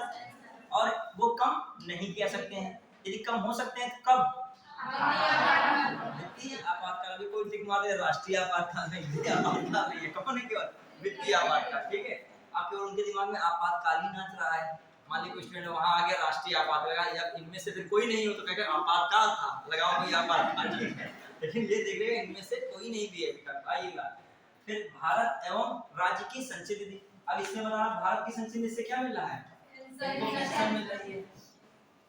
और भारत जो यहाँ से वेतन, भत्ता और जितने भी खर्च हैं वह अन्य खर्च, बहुत सारे खर्च हैं वह अन्य व्यय। अरे इनके लिए बहुत सारे कर्मचारी लगे, इनके कार्यालय के लिए बहुत सारे कर्मचारी लगे, उनको वेतन, सैलरी जो भी है उनके खर्चे हैं सब कहाँ से निकलेंगे, राज्य की संचित निधि। अब आ जाइए अगला, ये हो गया सुनता। अब आइए आचरण पर चर्चा नहीं। अब दिमाग में रखिएगा आचरण पर चर्चा कहाँ नहीं होगी, ना संसद में होगी, ठीक है, ना ही कहाँ पर, विधानमंडल में। सोच पाए कितना पावरफुल व्यक्ति है ये न्यायाधीश, चर्चा तक नहीं कर सकते वैसे। ठीक है, और चर्चा में बुराई ज्यादा लोग करते हैं। चर्चा का मतलब क्या होता है, चर्चा अच्छाई बहुत कम होती है। ठीक है, चर्चा में अधिकतर जो है वहां की कोई व्यक्ति की निंदा की जाएगी, वहां की उठाकर निंदा की। चर्चा का मुख्य विषय निंदा ही रहता है, तभी कहा चर्चा और बहस क्या है, नहीं है हमारे लिए। अब ध्यान दीजिएगा, लेकिन किसको छोड़कर, महाभियोग, महाभियोग को छोड़कर, महाभियोग जैसी जो प्रक्रिया है, ठीक है, जो हटाने वाली प्रक्रिया। अब आ जाइए, अब जो हम लोग कहें इसमें अवमानना पर दंड का अधिकार है। ठीक है, ये जानते हो किस आर्टिकल में, यहाँ पे अभी आएगा, ये किसमें आता है, अभिलेख न्यायालय में। अभिलेख न्यायालय किस आर्टिकल के अंतर्गत आता है, 215। सुप्रीम कोर्ट से लगा के हाई कोर्ट, और हाई कोर्ट से लगा के डिस्ट्रिक्ट कोर्ट, ये सारे आर्टिकल आपको जबान पे याद रहने चाहिए। जब मैं कभी पूछूं तो आप तैयार हो, जैसे मैं पूछ लूं 125 में क्या है, तुरंत तैयार हो। क्या है 125 में, क्या है 125 में? आपकी तैयारी 10 लाख में से 4000 वाली होनी चाहिए, समझ रहे? 10 लाख में 9,99,000 वाली नहीं होनी चाहिए, समझ रहे हो? 10 लाख में कितने, 5 लाख वाली भी नहीं, कितने वाली होनी चाहिए, 4000 वाली। मतलब अपने वहां से जंग लड़ ही रहे हो, कहाँ लड़ने जा रहे हो फिर? बिहार वाले में जब फार्म भरोगे तो वहाँ बिहारी लोगों से एक से एक पढ़ने में होंगे पछताए। ऐसे थोड़ी बस तलवार ही नहीं, तुम्हारे पास और पढ़ाई एक बड़ा युद्ध है, समझिए। एग्जाम देने जा रहे हो, वहाँ एक से एक कलाकार आएंगे, सब पढ़ के क्वालिटी वगैरह, उसी में तो फंसना है। तुम वो फंस गए, तुम निकल गए तो तुम्हारा कलाकारी ठीक है। आइए, तो मैंने कहा बता रहा हूँ, एकदम 20 से पूछ लिया, 125 में क्या बताया गया था? चलिए कोई बात नहीं, आप घर से रिवीजन कीजिएगा, ठीक, घर में जाके रिवीजन थोड़ा कीजिए। सुप्रीम कोर्ट क्या था, वेतन था कि नहीं था? सुप्रीम कोर्ट के न्यायाधीश का क्या था, याद आया कि नहीं आया? चलो आगे का नहीं पूछेंगे, तदर्थ न्यायाधीश। इंटर वाला कहते हैं मैं आगे का नहीं पूछूंगा, फिर कहते तदर्थ न्यायाधीश। अच्छा बता ही दीजिए, लास्ट का बता ही दीजिए। चलिए बता दी, तदर्थ न्यायाधीश तो याद आएगा 127। तो तदर्थ न्यायाधीश वहां याद रखना है, और यहाँ कौन से दो न्यायाधीश रखना है, अतिरिक्त और कार्यकारी। जैसे वहां तदर्थ न्यायाधीश अस्थायी तौर पर नियुक्त किए गए थे, उन्हें कौन नियुक्त करता था, वहां पर नियुक्त करता है सीजीआई, और यहाँ पर अतिरिक्त और कार्यकारी न्यायाधीश को कौन नियुक्त करता है, राष्ट्रपति। कौन करता है, राष्ट्रपति। समझ रहे हो कि नहीं? चलिए अगली बात, यहाँ पे ये हो गया था, यहाँ पे अवमानना भी हो गया। अब कौन इसमें लिखा था, न्याय क्षेत्र। न्याय क्षेत्र में लिखा है ना, हाँ, न्याय क्षेत्र कम नहीं कर सकता है, इनका न्याय क्षेत्र कम नहीं कर सकते, यदि इसको पावर मिली है, हाई कोर्ट को मिली। संसद मतलब इनका न्याय क्षेत्र कम नहीं कर सकती, बढ़ा सकती है, ठीक है।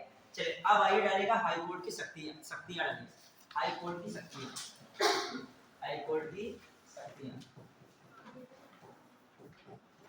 देखिए नींद जब आती है पढ़ने समय, तो नींद ना आने का क्या है, जब आप हाई कोर्ट पढ़ रहे हो, सुप्रीम कोर्ट के आर्टिकल याद करने लगो, तुम्हें टेंशन में खुले जो है कहोगे ये क्या हो गया, इधर से उधर सब भूल गए। जहां सब भूलने के डर आया, तुरंत सुप्रीम कोर्ट पढ़ोगे और नींद बहुत दूर दूर चली जाएगी। वरना हाई कोर्ट पढ़ते पढ़ते सुस्तिया रहे हो, एकदम से दिमाग में अरे सर जी कहीं 126 ना पूछ रहे, तुरंत दिमाग में 126 को पूरा देखो। अब जहाँ 126 चली गया, अब तुम कंफ्यूज तुरंत हुए। तदर्थ था कि अंदर जिज्ञासा सेवा निवृत्त तो नहीं था वो, फिर दिमाग में आ रहा है कुछ मुख्य कार्यकारी भी कुछ जरूरी बताया था। अब जैसे तुम्हारे जिज्ञासा तुरंत कॉपी कहीं भी बैठे हो घर में खोल के जरूर देखोगे, एक बार इसको देख ले तत्काल पहले नंबर पे। मोबाइल वगैरह में से है, हम जब खाली कहीं बैठे होते हैं कहीं पे तो हम भी ये करते हैं, हमारे बहुत कंफ्यूजन की चीजें होती हैं, हमारे बैठे हैं कहीं पे तो हम अपने दिमाग में कुछ सोच लिए और वहाँ पे कंफ्यूजन शुरू हो गया है। अब जो उस समय याद कर लोगे ना वो बहुत लंबे समय तक याद रहेगी, लेकिन जब सोचोगे पढ़ाई करें तभी तो रहेगा।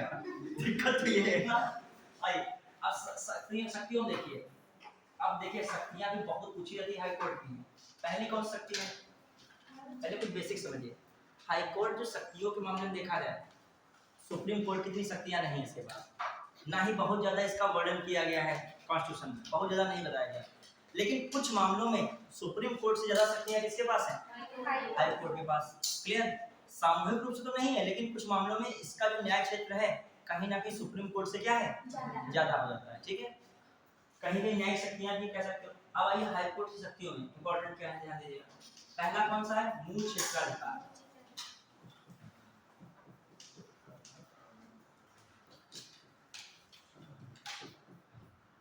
मूल क्षेत्राधिकार या प्रारंभिक क्षेत्राधिकार। बहुत सारी इसकी शक्तियां कॉन्स्टिट्यूशन में नहीं है, ये ना कहना सभी इसका आर्टिकल लिख दीजिए उसका आर्टिकल, बहुत सारी शक्तियां बताई गई हैं कॉन्स्टिट्यूशन में नहीं, पहले बता दो तभी बता, वहां पर हर शक्ति का जो है आर्टिकल बताया, वहां न्यायिक समीक्षा का आर्टिकल बता दिया गया 137, लेकिन यहाँ आर्टिकल उसके लिए कोई नहीं दिया है। ये सब चीजें हैं। अब देखिए, अब मूल क्षेत्राधिकार प्रारंभिक क्षेत्राधिकार आ जाए तो इससे क्या समझते हो हाई कोर्ट के विषय में, वहां पढ़े थे, वहां किस आर्टिकल में था मूल क्षेत्राधिकार प्रारंभिक क्षेत्राधिकार, 131 में। ठीक, वेरी गुड। हाँ, उसमें क्या था, संघ की इकाइयों के बीच विवाद जब हो जाए तो उससे संबंधित था, लेकिन यहाँ पर क्या है मूल क्षेत्राधिकार, हाँ ये बात से बिल्कुल जो है क्या, मतलब सुप्रीम कोर्ट की सीधे सुनवाई बिना अपील के माध्यम से, बिना किसके माध्यम से, अपील के माध्यम से, सुप्रीम कोर्ट की प्रथम दृष्टया में सीधे सुनवाई बिना अपील के जरिए। और वो कौन से मामले जिसमें सीधे सुनवाई हो सकती है उनको भी लिखवाएंगे, क्वेश्चन आ सकता है विशेष में। जैसे आ गया जो है आर्टिकल लिख के आया, हाई कोर्ट की मूल क्षेत्राधिकार शक्ति के अंतर्गत प्रथम दृष्टया में सीधे सुनवाई बिना अपील के जरिए निम्नलिखित मामलों में होती है। वहां 4-5 ऑप्शन में मामले लिख दिए, उसमें कोई अपील लिख दिया 1 2 3 4, तो वही वो कर पाएगा जिसको क्या होगा ये पता होगा। लिखिए इस लाइन को, लिखिए, लिखिएगा इसमें, हाई कोर्ट की प्रथम दृष्टया में, हाई कोर्ट की प्रथम दृष्टया सीधे सुनवाई, हाई कोर्ट की प्रथम दृष्टया, प्रथम दृष्टया मतलब तुरंत सुनवाई, सीधे सुनवाई, प्रथम दृष्टया ना लिख पाओ कोई बात नहीं, सीधे सुनवाई लिखो, हाई कोर्ट की सीधे सुनवाई, हाई कोर्ट की सीधे सुनवाई, कॉमा लगा के, बिना अपील के माध्यम से, बिना अपील के माध्यम से। देखो वैसे सुनवाई का प्रोसीडिंग क्या है सुनिएगा, कोई डिस्ट्रिक्ट कोर्ट में, सुनिए सीधे क्या मतलब है समझो, पहले इसको लिख लिया पहले कि नहीं, सीधे सुनवाई बिना किसी अपील के माध्यम से। देखो वैसे प्रोसीडिंग क्या होती है, जब सबऑर्डिनेट कोर्ट या जिला न्यायालय होते हैं, कोई निर्णय देते हैं, उस निर्णय के विरुद्ध आप कहाँ जाते हो, हाई कोर्ट जाते हो, तो सीधे गए क्या, नहीं। लेकिन कुछ ऐसे मामले हैं जहां पर क्या होगा, सीधे सुनवाई कहाँ हो जाएगी, हाई कोर्ट में, उन मामलों को क्या कहा जाएगा, मूल क्षेत्राधिकार। तो निम्नलिखित मामलों में, ऐसे लिख लो निम्नलिखित मामलों में डैश लगा के। अब वो मामले कौन से, निम्नलिखित मामलों में लिखेगा अधिकारिकता, लिखे नई लाइन में लिखेगा ऐसे डैश डैश लगा के, डैश लगा के लिखे अधिकारिकता, कॉमा वसीयत, अधिकारिकता कॉमा वसीयत, कॉमा विवाह, कॉमा तलाक, कॉमा कंपनी कानून, कॉमा कंपनी कानून इत्यादि। जो खास कर ये जरूर रखिएगा, विवाह तलाक इन मामलों में हाई कोर्ट में क्या हो सकती है, सीधे सुनवाई। समझ रहे हो कि नहीं, तलाक विवाह वाले मैटर में हाई कोर्ट कहता सीधे सुनवाई भी जरूरी नहीं कि सुप्रीम डिस्ट्रिक्ट कोर्ट से वहां मैटर खींच के पहुंचेगा तुम्हारा। ठीक है, अब आइए दूसरा मामला क्या है, वसीयत के भी मामले में। और वसीयत में बहुत प्रकार से वसीयत पे वो लगाया जा सकता है, मतलब टिक्का टिप्पणी हो सकती है वसीयत पे। कभी कभी होता है कि कोई लेडीज अदर है, वो कहती है कि मान लीजिए ये आपका बच्चा है, अब वो बहुत बड़ी उनके पास प्रॉपर्टी है, अब वो उसको देना नहीं चाह रहे हैं, लेकिन वो जो प्रूव कर ले गई, डीएनए टेस्ट है जो भी हो गया, तो आपको प्रॉपर्टी में मतलब उसको वसीयत देनी पड़ेगी, समझो कि नहीं। तो वसीयत वाला भी मामला कहाँ जा सकता है। एक मुख्यमंत्री थे, उनका मैटर हुआ था बहुत पहले, अब तो शायद उनका निधन हो गया है, तो उनकी प्रॉपर्टी बहुत थी, तो उसको हिस्सा देना पड़ा, समझ रहे कि नहीं। मान ली उस जो है लेडीज ने कहा कि ये बच्चा आपका है, समझ, तो बच्चा फाइनली निकला भी किसके, उन्हीं का निकला, तो उनको जो प्रॉपर्टी इतनी सारी थी, तो किसकी प्रॉपर्टी हुई, उसका हिस्सा लड़के का भी लगा। क्लियर। और जो मुख्यमंत्री रहा हो, और कई बार जो मुख्यमंत्री रहा हो, तो इमेजिन करो, ठीक है। हाँ आइए, अब अगला मामला क्या है, देखो वसीयत का मतलब समझ गए। एक तो वसीयत होती है यही वाली वसीयत जो घर में दावेदारी होती है, और एक क्या होती है वसीयत कि कोई और तरीके से भी, इसीलिए गलत कार्य से आपको बचना चाहिए। हाँ आइए, कहाँ पे है, अगला लिखेगा संसद, लिखेगा संसद के सदस्यों, संसद के सदस्यों, संसद के सदस्यों एवं विधानमंडल एवं राज्य की विधानमंडल के सदस्यों, संसद के सदस्यों एवं राज्य की विधानमंडल के सदस्यों के निर्वाचन संबंधी विवाद के मामले में, सदस्यों के निर्वाचन संबंधी विवाद के मामले में, निर्वाचन संबंधी विवाद के मामले में, निर्वाचन संबंधी विवाद के मामले में, लिख पाए कि नहीं।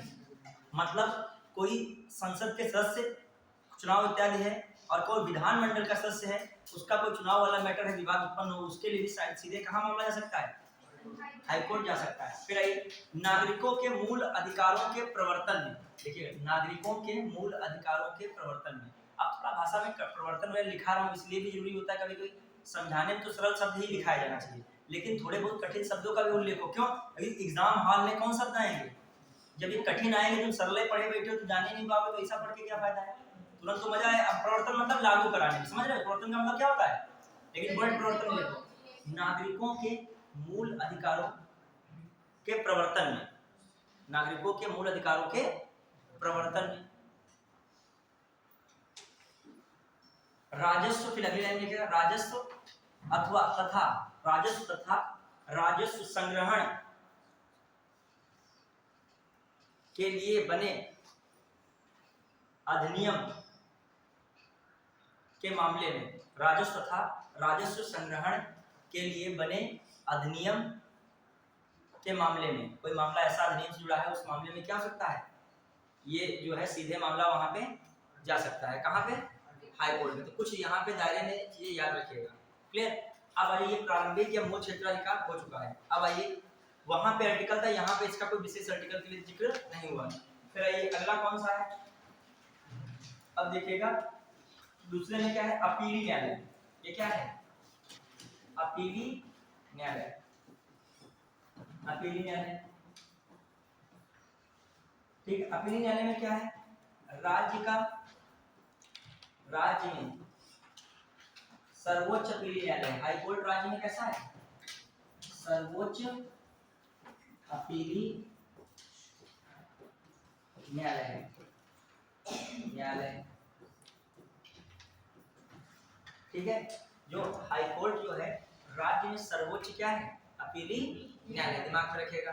बढ़े तो राज्य में सर्वोच्च अपीली न्यायालय कौन है, हाई कोर्ट है।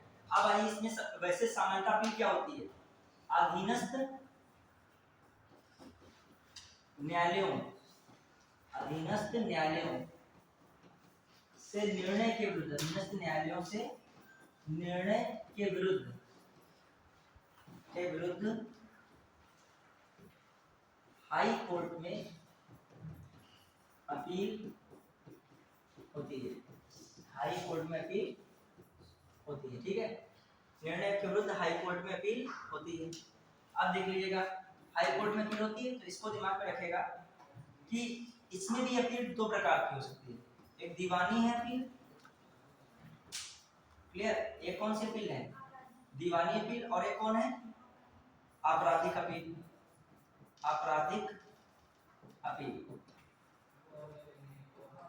देखिए दीवानी अपील ज्यादातर कहां से उठेगी मामला, जिला न्यायालय से, कहां से आएगी, जिला न्यायालय से, क्योंकि जिला न्यायालय में आपराधिक मामले नहीं देखा, कौन सा में देखा है, दीवानी, ठीक है। और यहाँ से ज्यादातर आती है कौन, सत्र न्यायालय से या अतिरिक्त सत्र न्यायालय, न्यायालय या अतिरिक्त सत्र न्यायालय, अतिरिक्त सत्र न्यायालय से कौन सी अपील आएगी, आपराधिक। जो सत्र न्यायालय जाकर देखता है क्राइम वाले केस, क्राइम वाले केस कहाँ से आते हैं, हाई कोर्ट में, सत्र न्यायालय सेशन कोर्ट से। और जो डिस्ट्रिक्ट कोर्ट से होते हैं तभी आपने देखा होगा जाकर जिला में जो न्यायालय होता है उस पर लिखा हो जिला एवं सत्र न्यायालय, क्या लिखा होता है, जिला एवं सत्र न्यायालय। जिला का मतलब वो किसका कार्य कर रहा होता है, दीवानी मामलों का, दीवानी मामले। और जो सत्र न्यायालय होता है वो किसका मामला देख रहा होता है, आपराधिक मामले। समझ पाए इस बात को। अभी आगे जब जिला न्यायालय आएगा तो उसमें इसका जिक्र किया जाएगा, ठीक है। फिर आ जाइए बढ़ा के, तो ये क्या चीज हो गई आपकी, जो किससे संबंधित है, अपीली न्यायालय, ठीक। फिर आ जाइए अपीली न्यायालय में अब क्या मामला, अपीली न्यायालय के बाद और भी पावर्स इसके पास होती हैं, जैसे मूल क्षेत्राधिकार, कौन सा, मूल क्षेत्राधिकार सॉरी अभिलेखी क्षेत्राधिकार या अभिलेख न्यायालय के रूप में उच्च न्यायालय। उच्च न्यायालय किसके रूप में है, उच्च न्यायालय हाई कोर्ट अभिलेख न्यायालय के रूप में, अभिलेख न्यायालय के रूप में। जब मैं पढ़ा लूंगा भी तो तुम लोगों से इन दोनों सुप्रीम कोर्ट और हाई कोर्ट दोनों के आर्टिकल्स में लास्ट में पूछूंगा, ठीक है। दिमाग में रखिए, जितने मैं आर्टिकल्स बताता हूँ सब दिमाग में रखना पड़ेगा आपको, ठीक है। हाँ, यहीं पर मैं चेक करूंगा कि इसका आईक्यू जो है 110 पे है रुका, इसका आईक्यू 90 से नीचे जा रहा है, इसका आईक्यू 150 प्लस जाना है, ठीक है। पढ़े सब लोग एक साथ, लेकिन बता एक साथ नहीं पाते हो। हाँ, अभिलेख न्यायालय के रूप में समझिएगा, टेंशन उसकी ना लीजिए, अभी फिलहाल पढ़िए आराम से, ठीक है। टीचर टेंशन ना ले तो काहे का टीचर है, थोड़ा बहुत टेंशन टीचर देता है, बचपन में दिया करता था, कहता है ये पहाड़ा 20 तक सुनेंगे, टेबल में टेंशन है, बाहर खेल भी रहे ग्राउंड में टेंशन है, छड़ियां चलेंगी लास्ट में, ठीक है। आइए जो हाई कोर्ट, अब देखिए अभिलेख न्यायालय के रूप में, एक बार क्लास 6 में थे तो वहां पे कह दिया मैम ने आज से या तक जो है हिंदी में वर्णमाला सुनी जाएगी, ठीक है। चलो हम तो अपना याद करने लगे, हम भी देखो होता है एकदम सबको याद होता, लेकिन जब मैं छड़ी तुरंत चलाएंगे नहीं, जैसे जिसको नहीं याद होता तो सब वो नर्सरी एक ही क्लास में घूम के पहुंचे थे। 6 क्लास वाले बच्चे कहाँ पहुंच गए, वो बेचारे खाना खा रहे, खाना नहीं कोई खाने दे रहा उनको, छोटे छोटे बच्चे कह रहे पहले हम वहां भी लिखा होता ना दीवार में का अंगा, तो सब मैंने हम देख रहे सब रटने, जो गूगल तो था नहीं इस समय, जो आज का मोबाइल तुरंत देख लोगे, तो का अंगा याद कर रट्टा लगा रहे हैं। देखिए तो क्लास 6 में, और चीज जो पूछी जा रही है कौन पूछी जा रही है, नर्सरी में, तो टीचर का डर ही है कि छड़ी चलेगी, इससे बढ़िया काका अंगा पूरा याद करो। हाँ आइए, अभी इसमें से हम पूछ लें कुछ, वो फंस जाओगे मौका एकदम, हम कह दें कि जो है छोटा आ से जो है 11 तक सुनाओ, तो इसमें बहुत लोग सुना दोगे, ऐसा नहीं है, हिंदी माध्यम के सुना ही दोगे, लेकिन एक आध इसमें तब भी जल्दी फंस जाएंगे, प्रेशर में फंस जाएंगे, कहीं आग की जगह कुछ और निकल जाए वहां बीच में, ठीक है। कहीं जो है काका गंगा फिर पावर पहले शुरू हो जाए जो है किसी टावर से, ठीक है। आइए यहाँ पे जो है ये हो गया। फिर देखिएगा अभिलेख न्यायालय में क्या पॉइंट है, 3 पॉइंट वही है, दिमाग लगेगा 3 पॉइंट क्या है, ध्यान दीजिएगा। हाँ 3 पॉइंट ये है, पहला बात वहां का क्या पढ़े थे उसको ही जोड़ो यहाँ से, अभिलेख न्यायालय में वहां क्या पढ़े थे, सुप्रीम कोर्ट का कोई निर्णय साक्ष्य के रूप में रखा जाता है, किसी भी न्यायालय में इसे चुनौती नहीं दे सकती, मतलब समझ पाए, कोई भी निर्णय होगा किसके रूप में रखा जाएगा, साक्ष्य के रूप में, किसका, सुप्रीम कोर्ट का, किसी भी न्यायालय में चुनौती नहीं दे सकती। सुप्रीम कोर्ट का तो ये मामला है कि कोई भी कोर्ट उसके क्या है, नीचे ही है, तो किसी चुनौती वही दे सकता है जो उससे योग्य हो। आपको एक चुनौती, तुमको कक्षा 6 का स्टूडेंट से कहो कि हमें चुनौती नहीं लेना है, चुनौती अपने बराबरी मुकाबले से लोगे। ये तुम भी यूपीएससी की तैयारी कर रहे हो तो किससे चुनौती तुम्हारी है, यूपीएससी के स्टूडेंट से है। आप किसी बेचारे रिक्शे वाले को बैठा लिया, उससे चुनौती ले रहे हो तो उससे तुम जानते ही हो, आपको अपने ज्ञानी समझ रहे हो, ठीक है। हाँ आइए अब बताइए, लेकिन यहाँ पे किस्सा उलट जाएगा हाई कोर्ट में, सुप्रीम कोर्ट से नीचे सारे हाई कोर्ट है तो कोई उसको चुनौती नहीं दे सकते। इसमें क्या लिखा है, इसमें है हाई कोर्ट के मामले में अधीनस्थ कोर्ट द्वारा चुनौती नहीं जाती, समझ पाए कि नहीं, सुप्रीम कोर्ट चुनौती इनके न्यायालय निर्णय को क्या कर सकता है, दे सकता है। तो इसमें एक बात निकल के आ रही, हाई कोर्ट का निर्णय साक्ष्य के रूप में रखा जाता है, अधीनस्थ न्यायालय द्वारा इसके किसी भी निर्णय को चुनौती नहीं जाती, समझ पाए कि नहीं बात को, सुप्रीम कोर्ट द्वारा दी जा सकती है, बदल नहीं सकता फैसला इसके, ठीक है। तो एक बात तो अभिलेख न्यायालय में ये आ गई। दूसरी अभिलेख न्यायालय में क्या पढ़ाई थी, वहां पर क्या पढ़ाई थी अभिलेख न्यायालय में, यहाँ नाम है अभिलेख का, दिमाग बंद हो गया थोड़ा सा, अब सोच रहे हो अभिलेख का वर्ड याद आ रहा है, अभिलेख यही लिखा है, क्या कर रहा था अभिलेख न्यायालय? दूसरी बात, अपनी अवमानना पर दंड देने का अधिकार। तो अवमानना पर इसको भी दंड देने का अधिकार। ये याद रखो, 20 बार क्वेश्चन आया है प्रीलिम्स में, देख लेना, चाहे भरा पड़ा होगा। अवमानना पर दंड देने का अधिकार किस शक्ति के अंतर्गत आता है? तो किसमें लगाओगे? अभिलेख न्यायालय में। हाँ, फिर आइए तीसरी बात और आ जाती है। देखो पूरी तरीके से टच नहीं करती, लेकिन जो ये आए बात तो अभिलेख न्यायालय में रखिएगा। जो न्यायिक समीक्षा वाली जो मैं बात बता रहा था, उसको जो पहली वाली बात है जिसमें अपना निर्णय बदलने वाली बात, उसको किसमें रखा जाए? अभिलेख न्यायालय। मतलब हाई कोर्ट द्वारा कोई भी निर्णय होता है या आदेश है, उसको भी परिवर्तित किया जा सकता है, वो भी किसमें रखा जाए? हालांकि इसका संविधान में बहुत उल्लेख यहाँ पर नहीं हुआ, लेकिन फिर भी माना गया है। हाई कोर्ट अपने भी निर्णय को क्या कर सकता है? बदल सकता है। ये तीन बातें किसके अंतर्गत रखोगे? अभिलेख न्यायालय। तो इसको लिख लीजिएगा, लिखिए, क्योंकि वो आ सकता है। मान लीजिए उच्च न्यायालय के अभिलेख न्यायालय की शक्तियां हैं, तीनों पॉइंट्स आ जाए और फिर लिखाओ इनमें से कौन नहीं है, तो तीन को छोड़ के बाकी कोई हो क्या कर दीजिए? हटा दीजिए। ठीक है, फिर आइए इसमें लिखिएगा। लिखिए पहला, हाई कोर्ट का निर्णय साक्ष्य के रूप में रखा जाता है। हाई कोर्ट का निर्णय या आदेश या कार्यवाही, हाई कोर्ट का निर्णय, आदेश या कार्यवाही साक्ष्य के रूप में, हाई कोर्ट का आदेश, निर्णय या कार्यवाही साक्ष्य के रूप में रखी जाती है। हाई कोर्ट के निर्णय, आदेश या कार्यवाही साक्ष्य के रूप में रखी जाती है। इसे अधीनस्थ न्यायालय द्वारा चुनौती नहीं दी जा सकती। इसे अधीनस्थ न्यायालय द्वारा चुनौती नहीं दी जा सकती। इसे अधीनस्थ न्यायालय द्वारा चुनौती नहीं सकती। ये पहली बात हो गई अभिलेख न्यायालय। दूसरी बात लिखेगा, अवमानना पर दंड देने का अधिकार। अवमानना पर दंड देने का अधिकार। अवमानना पर दंड देने का अधिकार। अवमानना पर दंड देने का अधिकार। और ये आर्टिकल इसमें लिखेगा, पूछा हो जाता है इसका आर्टिकल। कौन सा? 215। याद रखिएगा इसको लास्ट तक। ठीक है, 215 बहुत फेमस आर्टिकल है इसका। अब ये अवमानना भी दो प्रकार की होती है, अभी कल ही बताया था। हालांकि ये अवमानना किसमें उल्लेख नहीं है? संविधान में उल्लेख नहीं है इसका। संविधान में इस अवमानना का उल्लेख नहीं। इस अवमानना का उल्लेख कहाँ पर है? 1971 के एक्ट में।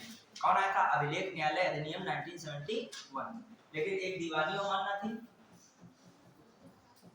दीवानी अवमानना, और एक कौन है? आपराधिक अवमानना। अवमानना, दीवानी, आपराधिक अवमानना, ये किससे आए हैं? न्यायालय अभिलेख अधिनियम। न्यायालय अभिलेख अधिनियम। ये न्यायालय अभिलेख अधिनियम इसमें है, बताइए किस आर्टिकल में है? आर्टिकल नहीं, किस एक्ट में है? अधिनियम 1971। यही है पूरा नाम 1971। कौन थी? एच.एन. सान्याल समिति द्वारा आया था। अब आइए दीवानी अवमानना, आपराधिक में थोड़ा सा समझ ले, ज्यादा नहीं, इसमें डीपली जाना है हल्का सा। जैसे जानबूझकर सुप्रीम कोर्ट के आदेशों की क्या करना? पालन ना करना। जानबूझकर उसके आदेशों का पालन ना करना, जानबूझकर ना करना, वो किसमें आ जाएगा? दीवानी में। जानबूझकर उसके आदेशों, निर्णयों का विरोध करना या पालन न करना। यहाँ पर सुप्रीम कोर्ट या सुप्रीम कोर्ट नहीं, हाई कोर्ट के खिलाफ कोई कार्य या प्रकाशन करना। क्या करना? यहाँ पर जानबूझकर याद रखेगा, जानबूझकर पालन न करना, पालन न करना। ये देखा जाए स्वयं कोई ऐसा जानबूझकर उसके आदेशों का इत्यादि का पालन ना करना, आदेशों या निर्णयों का जानबूझकर पालन ना करना। यहाँ पर क्या है? कोई ऐसा कार्य करना, कोई ऐसा कार्य करना, कोई कार्य या प्रकाशन करना, या प्रकाशन करना, कोई ऐसे प्रकाशित करना, छाप देना जिससे क्या हो? समझिए तीन चीजें इससे हो। एक जो है हाई कोर्ट की, क्या? हाई कोर्ट की स्थिति कम हो रही हो। हाई कोर्ट की स्थिति क्या हो रही हो? कम हो रही हो, कम आती जा रही हो, उसकी बेइज्जती ऐसी लग रही हो। हाई कोर्ट की स्थिति क्या हो रही है? कम हो रही हो। फिर दूसरी स्थिति में क्या हो सकता है? हस्तक्षेप कर रहे हो, कोई उसकी कार्रवाई में क्या कर रहे हो? हस्तक्षेप कर रहे हो। क्या कर रहे हो? हस्तक्षेप मतलब एक हिसाब से बाधा पहुंचा रहे हो। क्या पहुंचा रहे हो? उसके कार्यों में हाई कोर्ट क्या पहुंचा रहे हो? बाधा। जो बाधा पहुंचाना है वो किसमें आता है? आपराधिक मामले में। और या फिर उसकी कार्यवाही को रोक ही रहे हो, रोक कर रहे हो, मतलब रोक रहे हो। जब कोई भी व्यक्ति है या कोई भी उससे जुड़ा हुआ कोर्ट में मामला है, उसको आप क्या कर रहे हो? रोक रहे हो। या कार्यवाही को क्या कर रहे हो? कार्यवाही रोक रहे हो। इसमें क्या है? स्थिति को कमतर कर रहे हो, उसको जो है और खराब कर रहे हो, बेइज्जती कर रहे हो हाई कोर्ट की, तो उसमें किसमें आएगा? आपराधिक मामले में। किसके द्वारा? कोई कार्य करके या कुछ छाप रहे हो, ऐसा प्रकाशन करके, उन माध्यम से।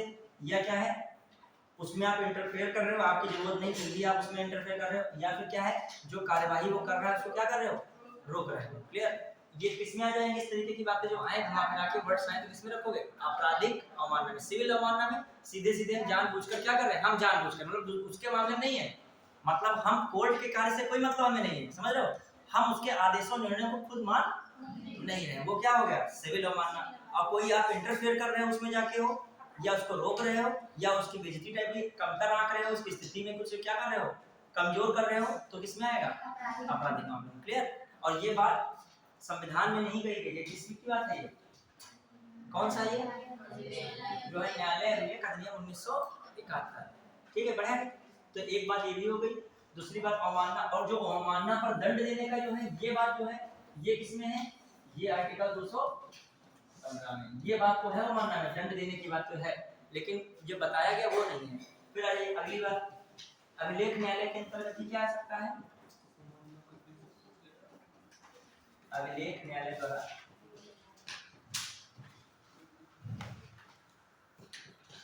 अभिलेख न्यायालय द्वारा क्या होता है, ये बात भी ध्यान रखिएगा। हाई कोर्ट दिए गए निर्णय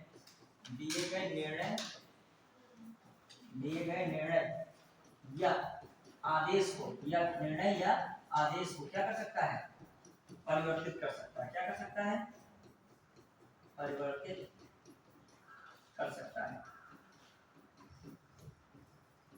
ठीक, दिमाग में रखिएगा। परिवर्तित करने का मतलब इसमें ये अभिलेख न्यायालय में ये बात आ रही है। हालांकि ये बात संविधान में स्पष्ट रूप से नहीं बताई गई है, लेकिन ये बात है, मतलब ज्यादा विस्तार से नहीं है, लेकिन ये बात हाईकोर्ट में भी लागू होती है।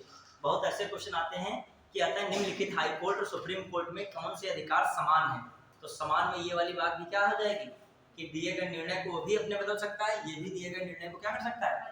मान लीजिए आप निर्णय बदलते हो, कहते हो कि कोई कहे कि आप बार बार निर्णय अपना बदलते हो, तो कौन सी दिक्कत है? सुप्रीम कोर्ट, हाई कोर्ट जैसी चीज क्या हो सकती है? उसको बदलने का राइट है। तो हम तो जो है कल को पीसीएस डाला है, फिर कल को हम यूपीएससी डालेंगे, कल को हम समीक्षा अधिकारी, कल को हम कहीं और भी जो अधिकारी बन जाएंगे। निर्णय तुम्हारे हैं, जैसा समय वैसा जो कार्य हो रहा है। अब मान लीजिए कोई आयोग में भर्ती 200 आ रही है, कोई आयोग में भर्ती 2000 आ रही है, तो डिफरेंस है कि नहीं है? चलिए बढ़िया के क्लियर। अब आ जाइए एक और इसमें देखते हैं। अब देखो तीन ही बातें दिमाग में रखनी थी, आप मुझे दिमाग में रखेगा। अभिलेख न्यायालय में क्या रखोगे? मोटा मोटा जब मैं पूछता हूँ तो लोग शांत हो जाते हैं। कभी मैं पूछ रहा था अवमानना वाले, इतनी बार अवमानना की बात रिपीट हुई, लेकिन तब भी अभिलेख न्यायालय दिमाग में नहीं आ रहा था। हाँ, पहली बात क्या थी अभिलेख न्यायालय के अंतर्गत? बताइए पहली बात अभी सोचने लगे हो। अरे जो निर्णय होंगे वो साक्ष्य के रूप में रखे जाएंगे, उनको किसी भी अधीनस्थ न्यायालय द्वारा चुनौती नहीं देनी जाएगी। घबरा इतना कहेंगे। दूसरा क्या था?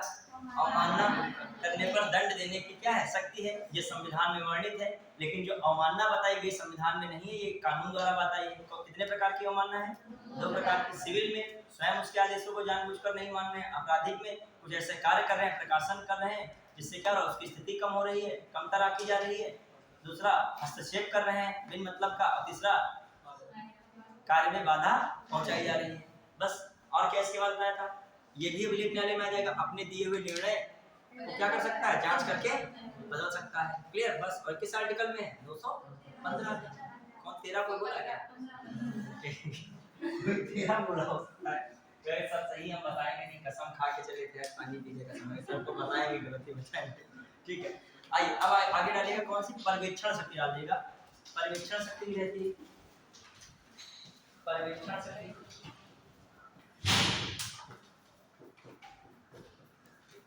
देखिए आर्टिकल नहीं कह सकते हो इसको, जो है पर्यवेक्षण शक्ति में दिमाग में रखिएगा क्या क्या चीजें हैं।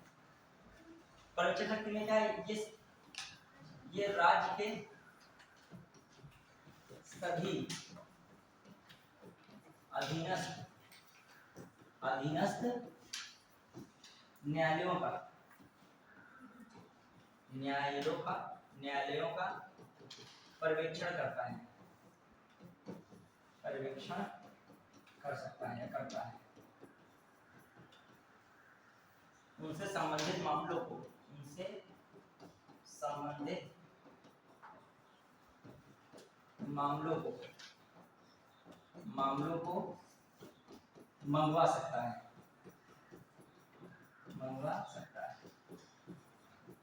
तो भी इसके क्षेत्र, राज्य के क्षेत्र के, जिसके भी न्याय क्षेत्र के अंडर में जो भी न्यायालय आए होंगे उनका क्या पर्यवेक्षण का मतलब सुपरविजन करना। कोई भी उससे रिलेटेड चीज होगी, चाहे वहां पर कह लीजिए न्यायाधीश हो, चाहे वहां पे कर्मचारी हो, चाहे वहां पर नियुक्ति का मामला हो, सबको कंट्रोल में कौन रखेगा? High court. कौन रखेगा? High court. मान लीजिए हाई कोर्ट क्या करेगा, मान लीजिए सपोज दैट समझिए डिस्ट्रिक्ट कोर्ट अपने सीतापुर में, ठीक है, तो डिस्ट्रिक्ट कोर्ट को रेगुलेट कौन कर रहा है? High court. कैसे कर रहा है, किस प्रकार कर रहा है? जैसे जिला न्यायालय में कितने पदों पर नियुक्तियां होनी है, यहाँ तक कि जिला न्यायालय का क्या मुख्य न्यायाधीश है, जिला न्यायालय का भी न्यायाधीश होता है, डीजे जिसे डिस्ट्रिक्ट जज कहते हो, उस डिस्ट्रिक्ट जज की जो नियुक्ति होती है तो किसकी सिफारिश लगेगी? High court. किसकी लगेगी सिफारिश? हाई कोर्ट के मुख्य न्यायाधीश की। तो सुपरविजन सबसे ज्यादा कौन कर रहा है सभी न्यायालयों का? जो राज्य के सभी न्यायालय, किसके लिए जिम्मेदार पहले नंबर पे है? High court. अब आ जाइए एक और लिखिएगा, सभी अधीनस्थ।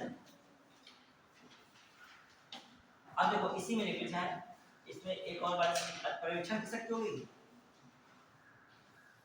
अधीनस्थ न्यायालयों पर नियंत्रण। अधीनस्थ बात वही घुमा फिरा के है, अधीनस्थ न्यायालयों पर नियंत्रण। देखो कैसे क्या अधीनस्थ न्यायालयों पर नियंत्रण, ठीक। अब देखिए अधीनस्थ न्यायालयों पर नियंत्रण, ये आर्टिकल लिखा है 227 को भी देख लेंगे, क्लियर है? 227 ही है, ठीक है। अधीनस्थ न्यायालय पे कंट्रोल रहता है। अब देखिए कैसे क्या, ठीक है, अधीक्षण करता है अधीनस्थ न्यायालय का, वही बात है घुमा फिरा के पर्यवेक्षण अधीक्षण एक ही बात हो रही है। अब देखो कैसे क्या, देखो जिला न्यायालय में क्या होते हैं? न्यायाधीश होते हैं। जिला न्यायालय में सुन लीजिएगा, पहले पेन छोड़ दीजिएगा, जिला न्यायालय में न्यायाधीश होते हैं। उनकी नियुक्ति कौन करता है? राज्यपाल करता है। राष्ट्रपति नहीं करता, उनकी नियुक्ति कौन करता है? राज्यपाल। किसकी सलाह पर करेगा? हाई कोर्ट के मुख्य न्यायाधीश की सलाह पर। किसकी सलाह पर होगी? फिर आ जाइए, यहाँ तक कि जो है राज्य न्यायिक सेवा बनी होती है, राज्य न्यायिक सेवा में भी सदस्यों की नियुक्ति जो की जाती है वो किसके सलाह पर होती है? हाई कोर्ट की सलाह पर होगी, हाई कोर्ट। यहाँ पर कर्मचारियों की भी जो नियुक्ति मेन होती है, वो भी नियुक्ति करने संबंधित जो कोई कार्यालय बने या किसी भी कोई आयोग बने, वो भी किसके कंट्रोल में बनेगा? कौन बनाएगा? High court. ये बताओ, मैंने कल किस आर्टिकल में बताया था, कहा था कि राज्य क्या बताया था, किसी उच्च न्यायालय के मुख्य न्यायाधीश द्वारा उच्च न्यायालय के कर्मचारियों अधिकारियों की नियुक्ति की जाती है। किस आर्टिकल में भूल गए? वो तो सुप्रीम कोर्ट था। सुप्रीम कोर्ट में ये बता रही, सही बता रही है, सुप्रीम कोर्ट में क्या था? सुप्रीम कोर्ट का मुख्य न्यायाधीश सुप्रीम कोर्ट के अधिकारियों कर्मचारियों की क्या करता है? नियुक्ति करने का अधिकार होता है। ये कौन सा आर्टिकल है? 146। मैं किसकी बात कर रहा हूँ? हाई कोर्ट की। तो हाई कोर्ट के मुख्य न्यायाधीश को हाई कोर्ट के कर्मचारियों अधिकारियों की नियुक्ति करने का अधिकार है। किस आर्टिकल के अंतर्गत? कॉपी खुली थी नहीं खुली थी? ईमानदारी पूर्वक ओपन ही नहीं हुई, यदि ओपन हुई तो आंसर आ जाता। एक का तो आता ही आंसर। याद कीजिए, आर्टिकल जोड़ा करिए पुराने वाले आर्टिकल्स। कैसा कौन सा आर्टिकल है? 229 पढ़ाया था कि नहीं? पढ़ाया था मैंने, याद कीजिए, ये लिखा होगा इन कॉपी में, कहीं लिखा होगा, लिखा है कि नहीं? अब ये भी स्थिति आ सकती है अपनी कॉपी में ही नहीं जान पा रहे हो कहाँ लिखा है। स्थितियां बहुत प्रकार की उत्पन्न हो सकती है, कोई बात नहीं। देखिएगा कहीं मिल रहा है कि नहीं? रोड़े होते नहीं मिला, मिला कि नहीं? पढ़ाया था उस मैंने, नहीं पढ़ाया था? बताइए, पढ़ाया था, याद है? क्वेश्चन एक आया था जी, क्या था क्वेश्चन? मुझे याद है, इस क्वेश्चन में लिखा हुआ था, इसको लिख लो, फिर ना ये पढ़ाया तो लिखो इसको। अब देख लेना कि लिखा तो नहीं दोबारा है, लिखा है। लोग देखो, बताओ अपनी कॉपी में तुमको नहीं पता चल रहा है क्या स्थितियां? कॉपी में नहीं, वो लिखा तो अंडरलाइन करोगे, अब वीडियो बताना पड़ेगा कॉपी पढ़ के कहाँ पे लिखा है। देखो टीचर ने तुरंत बता दिया, ब्लेम कर दिया, सर नहीं पढ़ाया क्या? अब कॉपी अभी तुम्हारी देखेंगे, किसकी बता रहा नहीं, अभी हम उसके निकले गए रहेंगे, ठीक है।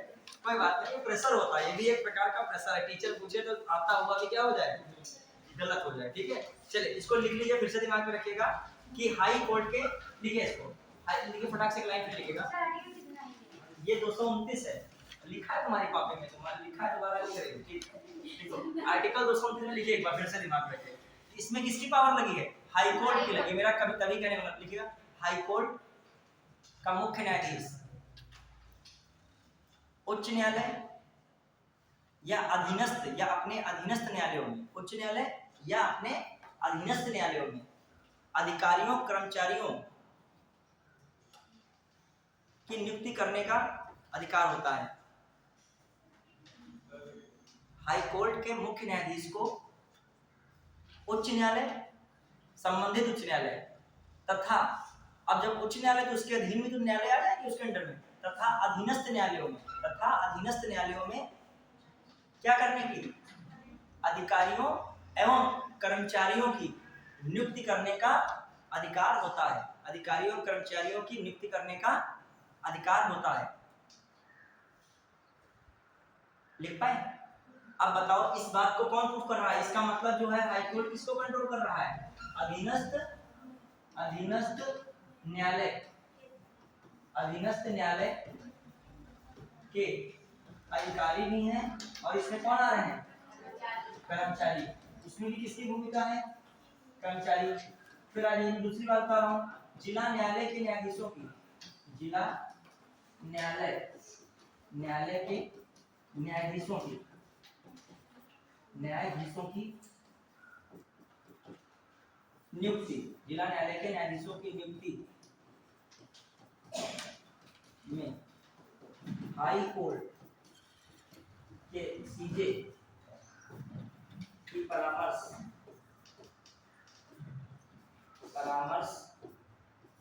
की आवश्यकता होती है,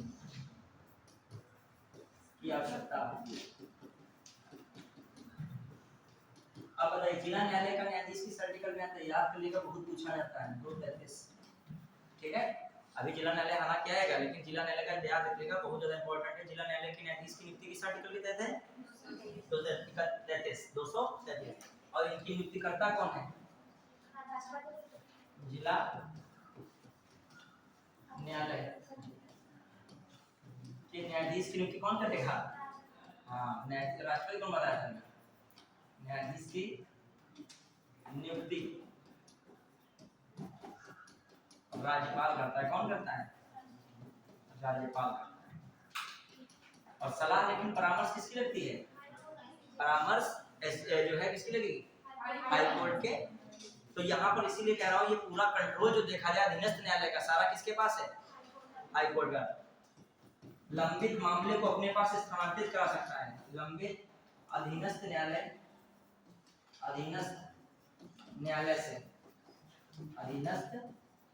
से लंबित मामले को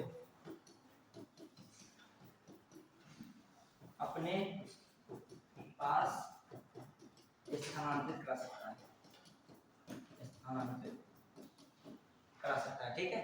तो अधीनस्थ जो लंबित मामले होंगे उनको अपने पास क्या कर सकता है, स्थानांतरित कराने की भी पावर किसके पास है, यहाँ पर हाई कोर्ट। क्लियर, ये सब बातें हो गई, आगे बढ़े। तो हाई कोर्ट में ये सब जो हम लोगों ने अधीनस्थ देखा, अब बढ़ रहे हैं, देख पहले लिख लीजिए, टाइम बहुत तेज भागता है, देखो बहुत तेज भाग रहा, टाइम हो गया है, होने वाला है, ये गलत हमारी घड़ी है, बहुत फास्ट आता है। आप लिखिएगा, फटाक से लिखिएगा, एक बहुत सबसे इंपॉर्टेंट छूट जाएगा वरना, ठीक है। 4 मिनट थोड़ी तेज लिखिएगा, वाया मत करिएगा बच्चों, ठीक है।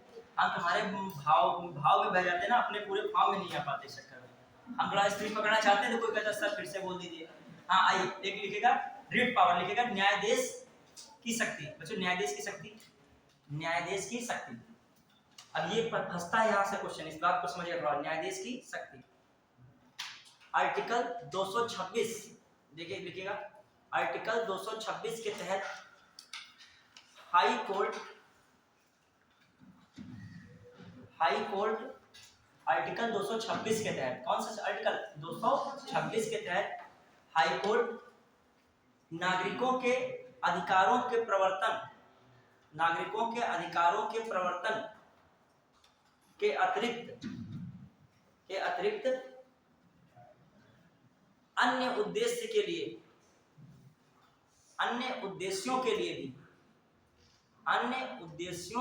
भी रिट जारी करता है। बहुत इंपॉर्टेंट बात है, अन्य उद्देश्यों के लिए भी रिट जारी करता है।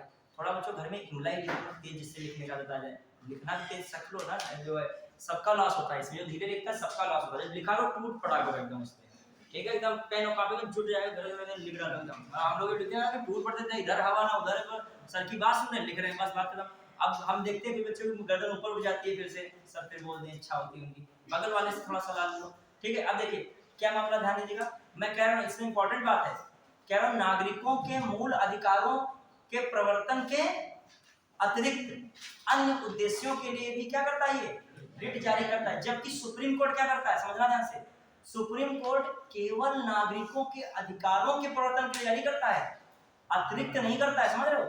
तो अब बताइएगा रिट पावर किसकी ज्यादा है, इसकी ज्यादा है कि उसकी ज्यादा है, समझ पाए। अब लिखेगा अन्य उद्देश्यों का अर्थ सामान्य कानून को लागू कराने से है। जो अन्य उद्देश्य बता रहा हूं, लिखेगा अन्य उद्देश्यों का अर्थ सामान्य कानून को लागू कराने से है। अन्य उद्देश्यों का अर्थ सामान्य कानून लागू कराने से है, सामान्य कानून लागू कराने से है, सामान्य कानून लागू कराने से है। क्लियर। तो अब आइए, मतलब ये केवल नागरिकों के प्रवर्तन के लिए ही, जो नागरिकों के मूल अधिकारों के प्रवर्तन के लिए ही लागू नहीं होगा। जैसे नागरिकों के लिए सामान्य कानून कोई लागू नहीं हो रहा है, उसके लिए भी कौन रिट जारी कर देगा, कौन जारी कर देगा, हाई कोर्ट जारी कर देगा। और रिट वही है, रिट लिख लेगा, रिट कौन है, वही आप एक बार रिट फुल लाइन से लिख लीजिए, वही कल जो मैंने बताया था, जल्दी से रिट लिखिएगा फटाक से। बंदी प्रत्यक्षीकरण अपने आप लिखते जाइएगा, बंदी प्रत्यक्षीकरण, पहली रिट कौन है, बंदी प्रत्यक्षीकरण। दूसरी कौन है, जल्दी से लिखिए बच्चों, बंदी प्रत्यक्षीकरण के बाद कौन आई थी कल, परमादेश आई थी, परमादेश लिखिएगा, परमादेश। फिर कौन है उसके बाद सेकंड, परमादेश के बाद अधिकार प्रच्छा, अधिकार प्रच्छा, अधिकार प्रच्छा ऐसा बताया था कोई वारंट को। फिर उसके बाद कौन थी, उत्प्रेषण, रिकॉल करो जो लिखे थे उसको याद करिए, उत्प्रेषण, उत्प्रेषण, उत्प्रेषण। फिर क्या है, प्रतिषेध, क्या है, प्रतिषेध। अब बताइए बंदी प्रत्यक्षीकरण, उत्प्रेषण, कल ही तो मैंने पढ़ाया था इसको, आराम से उत्प्रेषण ऐसे लिखा जाता है, उत्प्रेषण, ठीक है। हाँ फिर बताइए, अब देखिएगा बंदी प्रत्यक्षीकरण में क्या बताया था, गलत तरीके किसी को व्यक्ति को गिरफ्तार किया गया है तो 24 घंटे के अंदर दंडाधिकारी क्या देंगे, उसको रिहाई दे देंगे। फिर बताइए अधिकार प्रच्छा में अधिकार पूछा जाता है, किस आप अधिकार से इस पद पर कार्य कर रहे हैं। फिर आइए दूसरा क्या था आपका, परमादेश, आदेश दिया जाता है कि अपने कर्तव्यों का भली प्रकार क्या कीजिए, निर्वहन कीजिए। और क्या रहा है, उत्प्रेषण, क्या था उत्प्रेषण में, जब कोई अधीनस्थ न्यायालय अपने कार्यक्षेत्र से बाहर जाकर क्या करता है, कार्य करता है, तो उस कार्य को शीर्ष न्यायालय क्या करता है, अपने पास मंगा लेता है, समीक्षा उसकी करता है। फिर आइए कौन था, अधीनस्थ न्यायालय क्या करता है, जब कोई कार्य अधिकार क्षेत्र से बाहर जाकर करता है तो उसको रोक दिया था। जैसे मान लीजिए आपको ये पावर नहीं दी गई, आप कार्य कर रहे हैं, तो हम शीर्ष न्यायालय है आपको क्या कर देंगे, वहीं पर रोक देंगे, रोक दो वहीं पे, तो क्या निषेध है। उस कार्य को पास मंगवा लो तो क्या है, वो उत्प्रेषण है, क्या है, उत्प्रेषण। अब आइए इस बात समझिए, लिखिएगा न्यायिक पुनर्विलोकन, लिखो न्यायिक पुनर्विलोकन, न्यायिक पुनर्विलोकन, न्यायिक पुनर्विलोकन लिखिएगा, बहुत इंपॉर्टेंट है।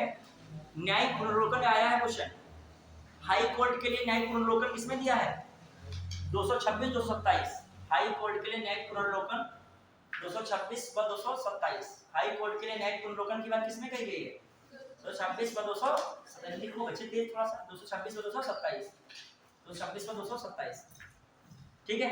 अब आइए सुप्रीम कोर्ट के लिए वही लाइन लिखिएगा, सुप्रीम कोर्ट के लिए पुनर्विलोकन की बात किसमें है, 32 में, लिखिएगा सुप्रीम कोर्ट के लिए न्यायिक पुनर्विलोकन किसमें है, 32 में। सुप्रीम कोर्ट के लिए न्यायिक पुनर्विलोकन किस आर्टिकल में है, 32, लिख लिया बच्चों। अब आइए सुप्रीम कोर्ट पर लाइन खींच दीजिए तीर बना के, जो सुप्रीम कोर्ट का पुनर्विलोकन है इस पे लाइन खींच दीजिए। अब उसमें लिखना है आपको, एक लाइन लिखे, बहुत इंपॉर्टेंट है, पूछा जाता है, सुन लीजिए फिर से बता रहा हूँ। सुप्रीम कोर्ट का न्यायिक पुनर्विलोकन पे क्वेश्चन क्या आया है जानते हो, समझना है। सुप्रीम कोर्ट हाई कोर्ट का न्यायिक पुनर्विलोकन, हाई कोर्ट का न्यायिक पुनर्विलोकन, उसमें क्या बताया जाता है, हाई कोर्ट, तुम ये ना दिमाग लगाना राज्य ही केवल, हाई कोर्ट भी ये दम रखता है, शक्ति रखता है। केंद्र और राज्य विधायिका द्वारा कोई भी कार्यपालिक आदेश या अधिनियम संविधान के मूल ढांचे के विरुद्ध हैं तो उसको हाई कोर्ट भी क्या कर सकता है, शून्य कर सकता है। और लड़के स्टेटमेंट ये गलत लगा देते हैं, क्यों? उनके दिमाग में लगता है हाई कोर्ट है तो केंद्र नहीं होना चाहिए, कौन होना चाहिए? राज्य की विधायिका होना चाहिए। लेकिन क्या पावर दी गई? मतलब हाई कोर्ट है, यदि भारत सरकार के द्वारा कुछ ऐसा मतलब कानून कोई आया मान ली कभी आया हो या आया है या आएगा, तो उस विषय में क्या करेगा? हाई कोर्ट यहाँ का मतलब इलाहाबाद हाई कोर्ट के पास पावर है कि उस कानून की भी क्या कर सकता है? समीक्षा कर सकता है। और यदि संविधान के विरुद्ध है तो उसको भी निरस्त कर सकता है। ये दिमाग कतई न लगाइएगा कि राज्य का है तो हम कहाँ लगा रहे दिमाग, केवल राज्य की विधायिका नहीं। किसको पावर दे दी गई है? हुआ क्या था, 42वां संविधान संशोधन हुआ, उसमें ये कर दिया गया था खत्म कि राज्य केवल राज्य का जो उच्च न्यायालय होगा किसको देखेगा? केवल राज्य की विधायिका के कानून को देखेगा, केंद्र की विधायिका के कानून को। लेकिन 33वां संविधान संशोधन इसके बाद फिर कर दिया गया 1977 में, उसमें फिर पावर दे दी गई राज्य के किसको? उच्च न्यायालय को। केंद्र के कानून और राज्य सरकार के कानून की भी क्या कर सकता है? दोनों की। ये लाइन लिख लो बच्चों, दिमाग में रखें। समझ पाए मेरी बोल की बात? समझ पाए? देखो, एक कानून कौन बनाता है? केंद्र सरकार बनाती है, संसद से बनता। सुनना, एक कानून कौन बनाता है? राज्य सरकार बनाती है। कहां से बनता है? विधानमंडल, विधानसभा और विधान परिषद से। तो दोनों के कानूनों की समीक्षा कौन कर सकता है? High court. ये दिमाग न लगाइएगा कि केंद्र वाला छोड़ दीजिएगा, कौन लगाइएगा? राज्य वाला। लिख लो इसको, पूरी लाइन लिखिएगा फटाक से। हाई कोर्ट द्वारा राज्य सरकार, केंद्र सरकार, हाई कोर्ट द्वारा केंद्र सरकार तथा राज्य की विधायिका, राज्य के विधानमंडल, केंद्र सरकार तथा राज्य के विधानमंडल द्वारा बने विधायिक आदेश एवं कार्यपालिक आदेश एवं कानून, विधायिक एवं कार्यपालिक आदेश व कानून बने विधायिक व कार्यपालिक आदेश तथा कानून की समीक्षा की जाती है। हाईकोर्ट तो प्रोग्राम लिखाई दिया है, समीक्षा की जाती है यदि